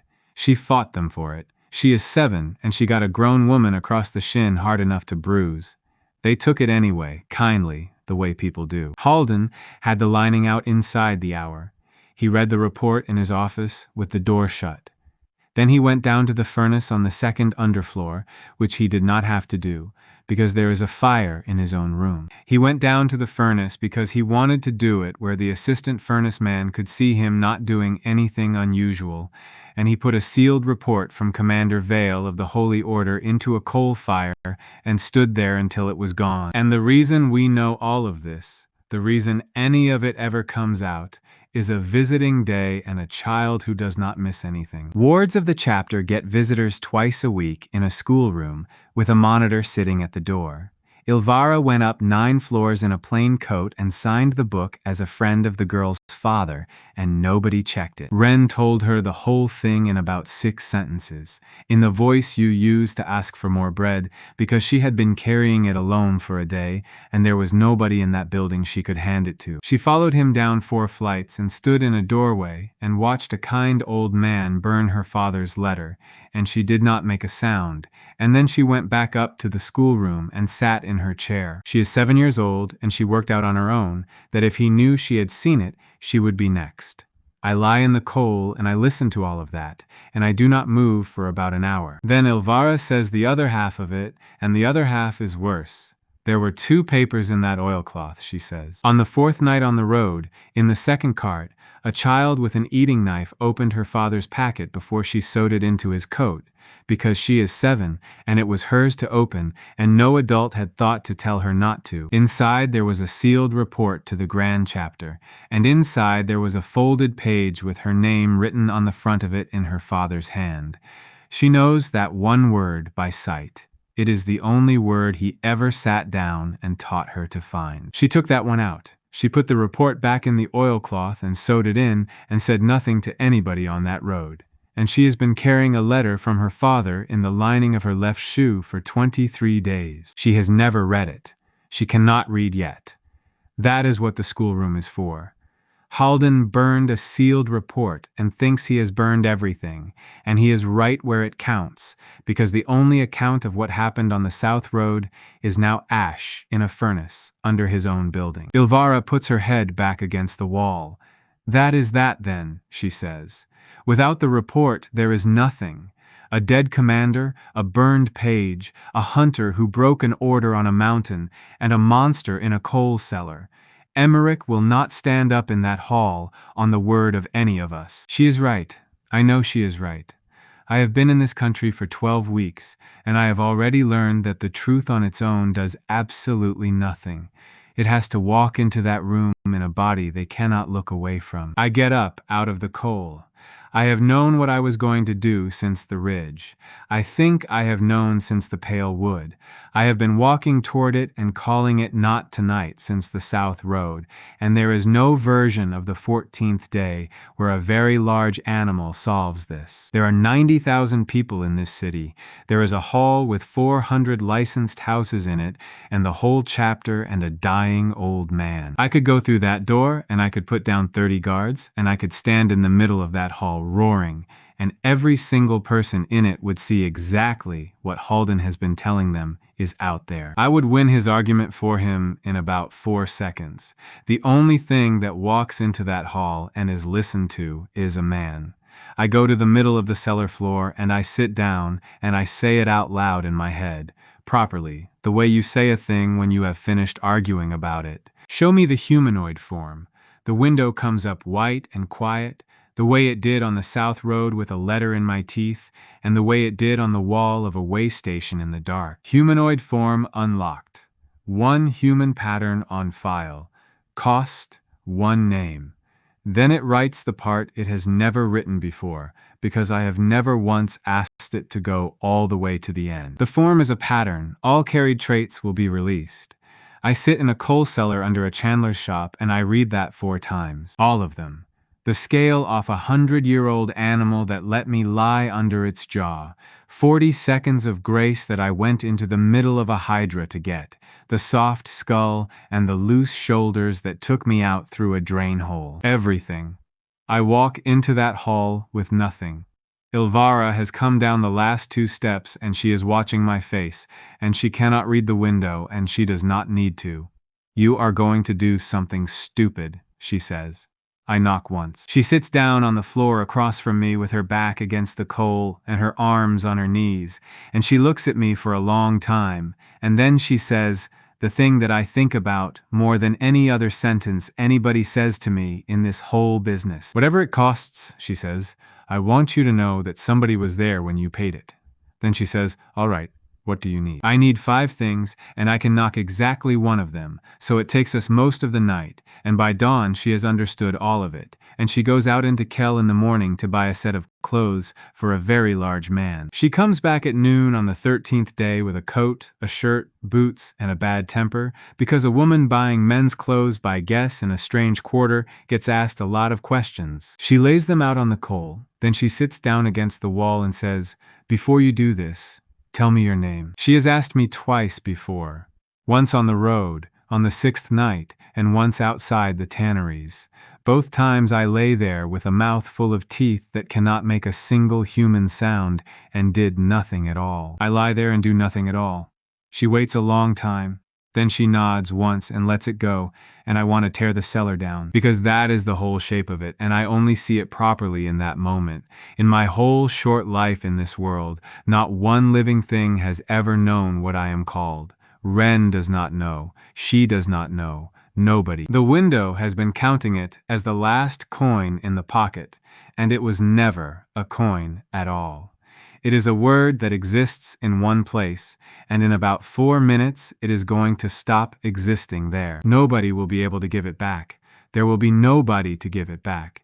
I say it in my head, out loud, as loudly as I can inside my own skull. Then I say it again. Then I say, begin. Whole memories remaining. 3, the window says, and it does not touch them. Name balance, 1. Cost, 1. Do you consent? Yes, I want to tell you what it is like, and I am not going to be able to. It is not like the cocoon. The cocoon took a worm apart and built something bigger out of it, and the whole time there was somebody in there having it done to them. This is different. This is somebody going through a house at night taking one thing out of every room. The cinder scale goes first, and it goes fast. The red goes out of it, and then the color goes out of it altogether, and underneath there is nothing but gray skin, and then there is nothing but soft skin. Then the loose joints set. My shoulders find sockets and lock into them. My skull comes together along the 4 lines and seals, and will never open again, and I feel that as a door closing somewhere behind my eyes. Then the 40 seconds go, and that is the one I feel most, because for the first time since a swamp 300 miles south, I am a thing that can simply be ended. And then it starts on the rest of me, and I stop being able to describe any of it. Ilvara tells me afterward that it takes 4 hours and that I do not make a sound for the first 3. The last hour I scream. I have no voice to scream with for most of it, and then partway through I do, and she says that is the thing she cannot get out of her head, hearing a voice arrive in the middle of a scream. She stays. She sits 6 feet away on a coal cellar floor for 4 hours and does not go up the stairs once. When it is over, I am lying on my side in the coal and I am cold, which I have not been since the wheel rut, and there is a hand in front of my face. It takes me a while to understand that it is mine. It is enormous. There is a callus across the base of the fingers where a rein sits, and a white line of an old scar across 2 knuckles, and there is dirt under 3 of the nails that has been there since a road 400 miles south. I get my knees under me and push myself up off the coal, and when I look up, Ilvara has gone absolutely still against the far wall. She is on her feet with her back against the wall, and her hand is on her bow, and she has forgotten it is there, and her mouth is open, and she is not looking at a naked man in a coal cellar with any of the reactions I might have expected. She is looking at me the way you look at somebody who is supposed to be dead. I know that face, she says. She says it twice. Then she says a word I have heard maybe 40 times, and never once understood as anything except a noise 2 men made carrying a stretcher. Veil, she says. And that is when it all comes in. The pattern brings the memory. Nobody warned me. The griffin came with a hand buckling a strap and a girl on a wall, and it came in pieces over an hour. And I thought that was how it worked. This does not come in pieces. This comes all at once, the way water comes into a boat. I am on my knees in the coal for a long time. I get a burn under my ear from a stable fire when I was 9.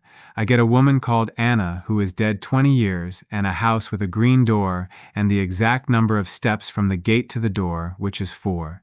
I get 31 years in the Holy Order, and I get every one of them. And I get the South Road. Here is what Commander Vale knew, and here is why he was writing a sealed report to the Grand Chapter with his own hand, instead of sending it up through the Order like a sane man. The route was changed 11 days before. It came down from the ARC liaison office as a courtesy, a better road, a shorter crossing, all correct and all stamped. Vale queried it once and got a polite letter back and let it go, because you do. The legion that came out of the trees at the 11th hour had been sitting there for 2 days. They were not waiting for a patrol.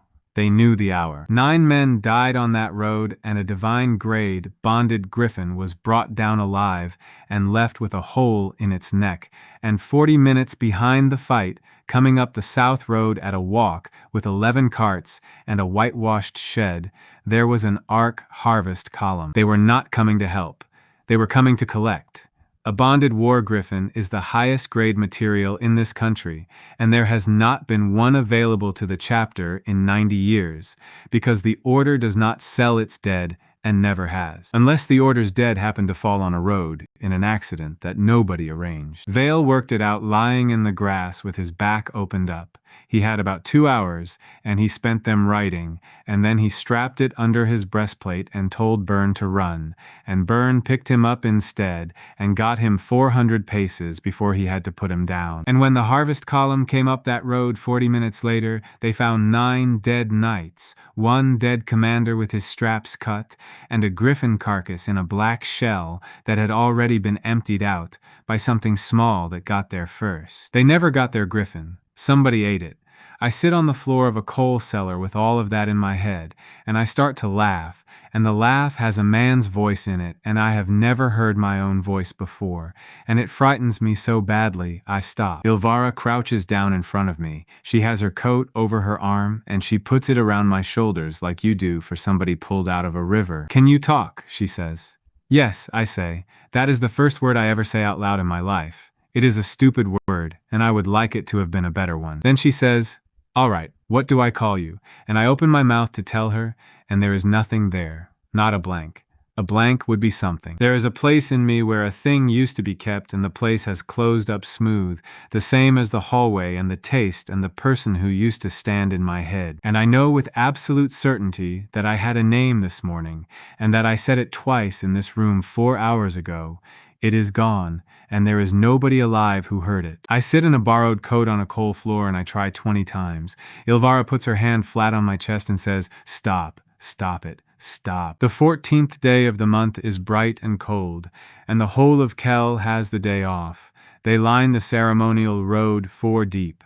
There are stalls selling hot nuts. Somebody has hung the house banners of all 400 licensed families down the front of the chapter house, and they go from the 11th floor to the ground, and the whole building looks like it is dressed for a wedding. I walk up that road in a dead man's face wearing clothes a woman bought by guess, and they fit because she guessed at a very large man, and Commander Vale was one. Nobody stops me. Nobody looks twice. I am a big gray man of 50 in a plain coat in a crowd of 90,000. I have never been so frightened in my life, and I have been inside a hydra. That is the thing nobody tells you about being a man. Everything can kill you. A cart could kill me. That railing could kill me. I have 3 memories and no name and no scale and no 40 seconds, and I am about to walk into a room with 60 armed men in it. Ilvara walks on my left. She has her bow on her back in a city where that is illegal, and she has decided that she is a woman who cannot be explained. At the great door she says, "Last chance to be sensible." I say, I have never once been sensible. I did not have the equipment. She barks that laugh again. The hall of the chapter house is 400 feet long, and there are galleries on both sides, and every one of them is full.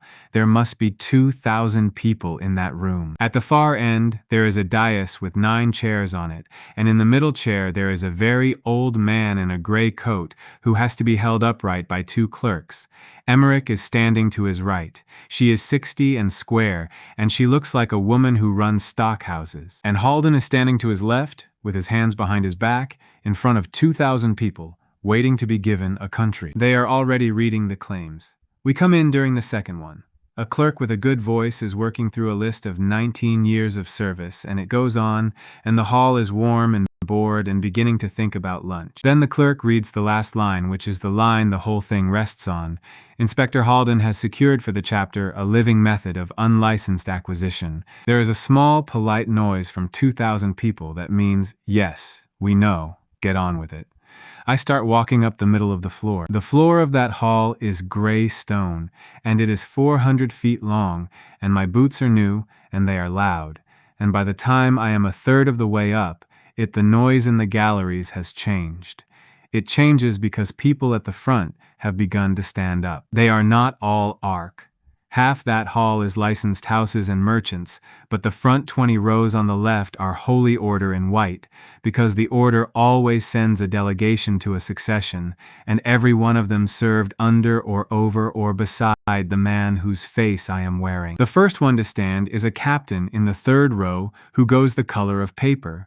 Then the whole left side of that hall comes up out of its seats at once, and somewhere in the middle of it, somebody drops a helmet, and the sound goes all the way up into the galleries and stops. 2,000 people, absolute silence in a room built for noise.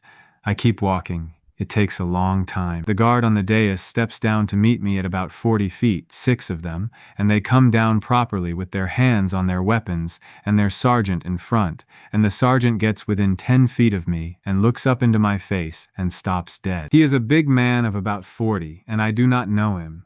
Vale knows him. Vale knows him extremely well.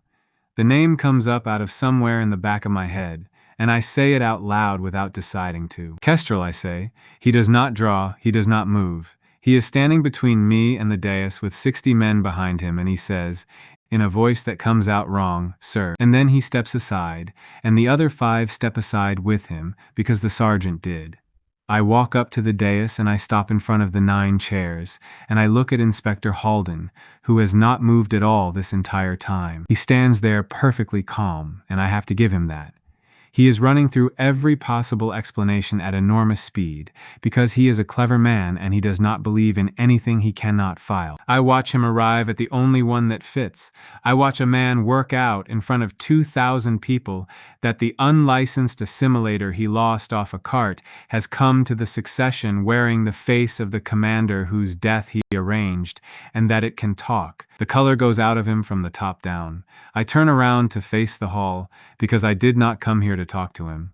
My name is Vale, I say, and it is the first lie I ever tell, and it costs me nothing at all, because I do not have another one to give them. I say, I commanded the southern escort of the Holy Order, and I died on the Bramble Road at the 11th hour on the 3rd of the month, and I know exactly who put me there. I give them the route first, I give it to them dry, the way a commander gives a report, because Vale's hands are on this body, and Vale's habits came with them, and that is the most useful thing I got out of the whole exchange. The route was changed 11 days before the crossing. It came down as a courtesy from the ARC liaison office over the inspector's own seal. I queried it once. I received a polite letter. I let it go. The legion that took us had been in position 2 days. They did not find us. They were waiting at the hour. I tell them how many men. I tell them the names of all 9 slowly, because there are 20 rows of white on the left of that hall, and about half of them knew somebody on that list. Then Halden speaks, and I have to say he chooses exactly the right thing, and for about 90 seconds he wins. He does not deny any of it. He steps forward to the front of the dais and he points at me, and he says, "Look at it." He says, "This is not Commander Vale. Commander Vale is buried at the way station on the North Road under a stone I paid for. This is the unlicensed assimilator taken on the Bramble Road on the 4th of last month. It has worn 3 shapes that I know of. It is wearing a dead officer's face because it ate him, and the hall turns. You can hear it turn. 2,000 people who were on my side 1 breath ago are suddenly on the edge of their seats in a completely different way. 20 rows of the Holy Order are staring at me, and some of them have their hands on their swords now, and the 6 guards who stepped aside have stopped being sure. It is the truth. That is the whole trouble. He is telling the exact truth, and it is the only weapon he has left, and it is a very good one." Emmerich says, "Is that so?" She says it to me. 60 years old, square, running the stockhouses, and she has not moved once through any of this. "Yes," I say. It gets very quiet again. I say, "I was in the wheel rut on the South Road when your inspector's arrangement came due. I was smaller than a grain of rice. I could not bite anything, and I could not run, and a boy called Byrne flicked me off his boot, and I nearly drowned in 2 fingers of water." I say, "I crawled into that griffin because I was starving. I did not know what it was. I did not know what any of it was." I turn around and look at Halden. I say, "You sent a harvest column up the South Road for a bonded war griffin of divine grade, which the Holy Order does not sell and never has, and which your chapter has not had access to in 90 years. It arrived 40 minutes after the fighting stopped. 11 carts and a shed and 8 glass jars packed in sawdust," I say, "and it went home empty because a worm got there first." I let that sit for a moment. Then I say the only thing in this entire business that he could not burn. "That column was dispatched from Ilman on the 21st, I say, 12 days before I was killed. Nobody in that hall breathes. Because everybody in that room understands logistics. Half of them are logistics. Every merchant in those galleries knows exactly what it costs to move 11 carts and 30 men and a preservation shed across 140 miles, and every one of them knows that nobody in the history of this country has ever moved that on a guess. A harvest column does not go out to see if something might be dead. It goes out because something is going to be. The movement order is in the 2nd office on the 4th floor of this building, I say. It sits under the quartermaster's seal, with 6 signatures under that, and the inspector never had the right to touch it. It is dated the 21st, and everything else I have said today you may throw away if that date is wrong. Emmerich turns her head about 4 inches and says, "Fetch it." There is a clerk halfway to the door before she finishes the word, and that is when Halden stops being frightened because he has found the door out. He does not look at me at all. He looks at Emmerich, and he says it in the voice of a man doing her a kindness. "Fetch it," he says. "Fetch anything you like. It changes nothing, because you are not hearing a witness. You are hearing a thing that was taken on the Bramble Road on the 4th of last month and carried into this city in a cage." He says, "The claim has been read out to you twice this morning in this hall. An unlicensed assimilator, secured for the chapter. That is the finding of an inspector, and it stands. Stock does not give evidence." He says it very quietly. Stock is inventory. I am asking the hall to note that mine is currently standing on the floor and talking, and the room goes with him. I feel it go. 2,000 people who were leaning forward sit back in their seats, because he has just handed every one of them a very comfortable way out of a bad afternoon. Somewhere on my left, a guard has finally worked out that the woman standing beside me is carrying a bow in a city where that is 4 years in a cell, and he has decided, on balance, that today is not his day for it. Emmerich looks at me and waits, and I have nothing. No paper, no second witness. Byrne is somewhere in this country in a lodging house, and I do not know the name of the street. Everything I have said today is a noise an animal made. And standing there, I finally see the shape of it, and it has nothing to do with the road. He has not argued once about what I did. He has argued about what I am, every day since the first day, because that is his trade. He decides what things are. He decided what a frightened boy on a South Road was, and he decided what I was before he had ever seen me. And in this country, the thing you are decided to be will kill you quicker than any sword. And the man who decides it is standing 3 steps above me in a gray coat with his hands behind his back. So I stop trying to be believed. There is nothing on my body, no plate, no scale, no 40 seconds, no name, and then I work out that having nothing on my body is the answer, and that it is the only one I am ever going to get. I say, Sergeant, lend me your knife. Kestrel does not want to. He looks up at Emmerich, and Emmerich does not help him. Then he draws it and lays it across my palm hilt first, the way you hand a blade to an officer, because his hands learned that before he did. I walk down off the front of that floor to the white rose, and I stop in front of the captain in the 3rd row, the one who went the color of paper when I came through the door. He is about 35. He has been crying quietly since I read out the 4th name on the list, which was a man from his own troop, and he has not once wiped his face because he does not know he is doing it. I turn the knife around and put the hilt into his hand and close his fingers on it, and he lets me, because nobody in that hall has the first idea what is happening yet. Then I say it to the whole room. I say, the inspector is right. Every word of it is right. I came out of a wheel rut on the South Road smaller than a grain of rice, and I ate a dead man's griffin because I was starving. I say, I have worn 3 shapes since, and there is no license in this country for any of them. Yesterday afternoon I gave all 3 of them back. The scale is gone, the soft bones are gone, the 40 seconds are gone. I say, I gave my own name away on a coal cellar floor to be able to stand in this room and say this out loud, and I cannot tell you what it was, because there is nobody left alive who ever heard it. I say, so decide. Decide now, while everybody is watching, because it is the only thing in this business any of you were ever going to agree on. If a thing that eats the dead is a monster, there is one in front of you. Its hands are down. There is nothing on it. There are 60 armed men in this room, and one of them is holding a knife a foot from its throat. I put my hands at my sides. I say, I will not move, and I will not close my eyes. 2,000 people do not make one sound. The captain stands there with Kestrel's knife in his fist and looks at a face he has known for 30 years and cannot make his arm do anything at all. And then, from the dais behind me, Inspector Halden says, do not. He says it fast and he says it loud, and he is already 2 steps down with his hand out when he hears himself, and the whole hall hears it with him all the way up into the galleries. 2 words, that is all it takes. That is a man telling the Holy Order in front of 2,000 witnesses to keep its hands off his property. Emmerich does not raise her voice at all. Why not, Inspector, she says. It is only stock. You have had that read out twice this morning. Take a sample off the floor and let us all go to lunch. Halden stands on the 2nd step with his hand still out and does not answer her, and 2,000 people watch him not answer, and it goes on and on. That is the stage where a man stops being able to hold his own face up. Then Elvira says it from behind my left shoulder, pitched for the galleries, the way you call a line across a yard. She says, Inspector, on the first day, in a stone room with no windows, you wrote 1 line about this thing and you underlined it twice. Refused a free kill. She says, you have had your answer in your own handwriting for 12 weeks and you sold it up the road anyway. I told you that afternoon it was worth killing.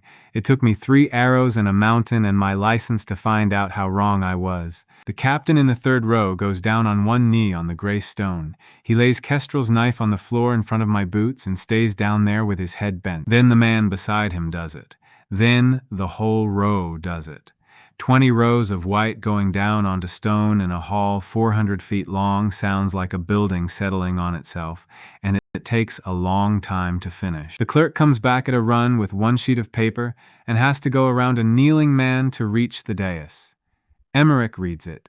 Then she reads it out loud to 2,000 people, and she reads the date twice. Then the old man in the middle chair speaks for the first time all day. He has not spoken in the hall in 7 months. He is being held upright by 2 clerks, and his voice is nothing at all, and the room is so quiet that it does not matter. He says, "Take him downstairs." That is all. That is the whole sentence. They take Halden out through the side door, and it takes 4 men, because his legs have stopped taking instructions. And I have seen that before, on a wall, over a gate, in a yard 300 miles south. Then Emmerich comes down off the dais and stands in front of me, and the hall has started making noise again, and she has to raise her voice. She says, "You are still an unlicensed assimilator standing in the chapter house." "I know," I say. She says, "And every person in this room saw what you can do, and half of them are already working out what they would pay for it." I know that too. I have known it since a clean lane at Ilman. She says, "So ask me for something now, while I owe you, because in a month I will not." And here is where I find out what 12 weeks have actually made of me, because there are 20 things I could ask for, and I have thought about all of them in a coal cellar. I could ask for money, I could ask for a house and a name in the roll and a license, and she would give me all of it today. I say, the near shed at Ilman, the founder stock and every stall in it. Open the doors and let them finish. She looks at me for a long moment. "Just the one shed," she says. "Just the one," I say. "The other 6 stay," she says, "and I want you to hear me say it plainly in front of witnesses, because I am not going to lie to you today and then disappoint you slowly for 20 years. There are villages north of here with no walls. There are ladders standing out in the orchards all night. That is what those sheds bought." I say, "I have walked past those orchards." "Then you know?" she says. "I know. I have known since I came up out of a swamp and stood in the shallows and watched 100 animals finally get to fall over and could not work out what I was supposed to feel about it and still cannot." "One shed," she says, "and the drake stays on its rock. Nobody goes back up the reach in my time." Then she puts her hand out and I take it, and the whole hall sees a woman who is about to be given a country shake hands with a monster. They find the boy Byrne in a lodging house on the 4th day, and he tells the whole thing in about 20 minutes without anybody asking twice, because he has been sleeping badly since a yard in the south and he is glad to be asked. He tells them about the route order, he tells them the commander queried it, he tells them he ran. He is not punished for running. Nobody in the order thinks he should be. He is 20, and he carried a dying man 400 paces, and then his nerve went, and there are men in 20 rows of white who have done worse than that and got medals. He never goes back to the Ark. He ends up on a cargo run out of the eastern ports, and he stays there.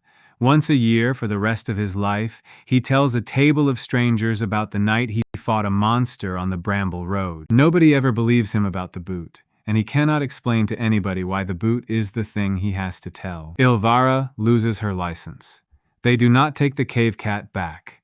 Emmerich will not sign that paper, and tells the chapter clerk so in language that gets repeated around Kell for a year. But she is off the roll, and she is 61 years without a job, and she is enormously cheerful about it, which is the most annoying thing about her. She says, "I have not had a month off since I was 19. Do you know what I am going to do?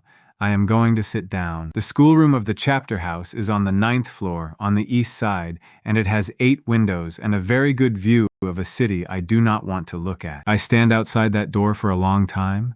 I have Vale's face, I have his hands and his burn scar under the ear, and his exact voice, and behind that face there is a thing that came out of a wheel rut 12 weeks ago and has 3 memories left in it and no name at all. There is a 7-year-old on the other side of that door whose father is buried under a stone at the way station.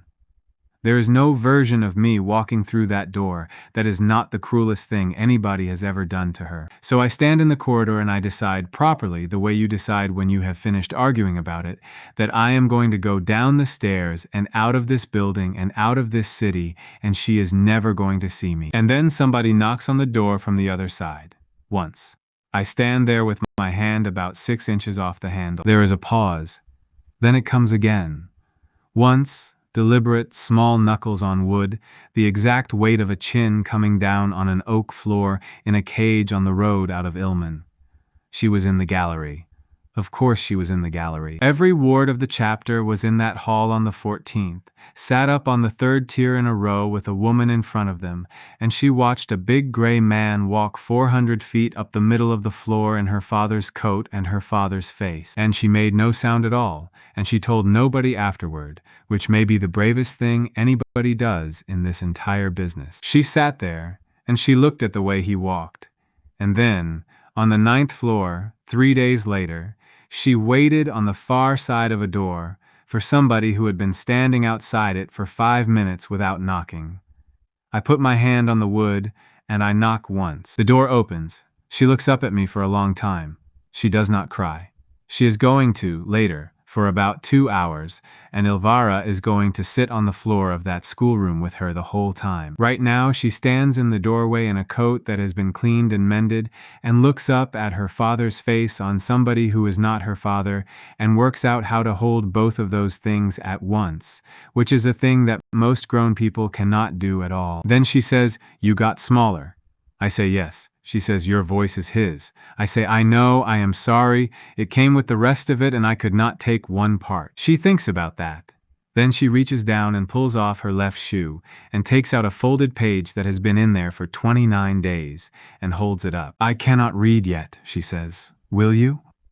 So I sit down on the floor of a schoolroom on the 9th floor of the chapter house with my back against the wall, and a girl sits down beside me, and I unfold a letter written by a man whose hands I am wearing. It is not about the ark. There is nothing in it about roots or columns or seals. He had 2 hours, and he spent most of them on the report, and about 10 minutes on this. He says he is late again, and he is sorry. He says she is to stop standing on the north wall in the cold because the moss is wet and she will be ill, and that watching the road has never once made anybody come up it faster, and that he knows this because he has tried it from the other end. He says the thing he is bringing her is in the left saddlebag and that she is not to look until he gets there. He says that if he is very late, she is to go to bed anyway. I read it in his voice, because I do not have another one, and she sits against my arm and listens to her father tell her to go to bed. When I finish, she takes the page back and folds it up the way it was, along the same creases, and puts it back in her shoe. Then she says, "What is your name?"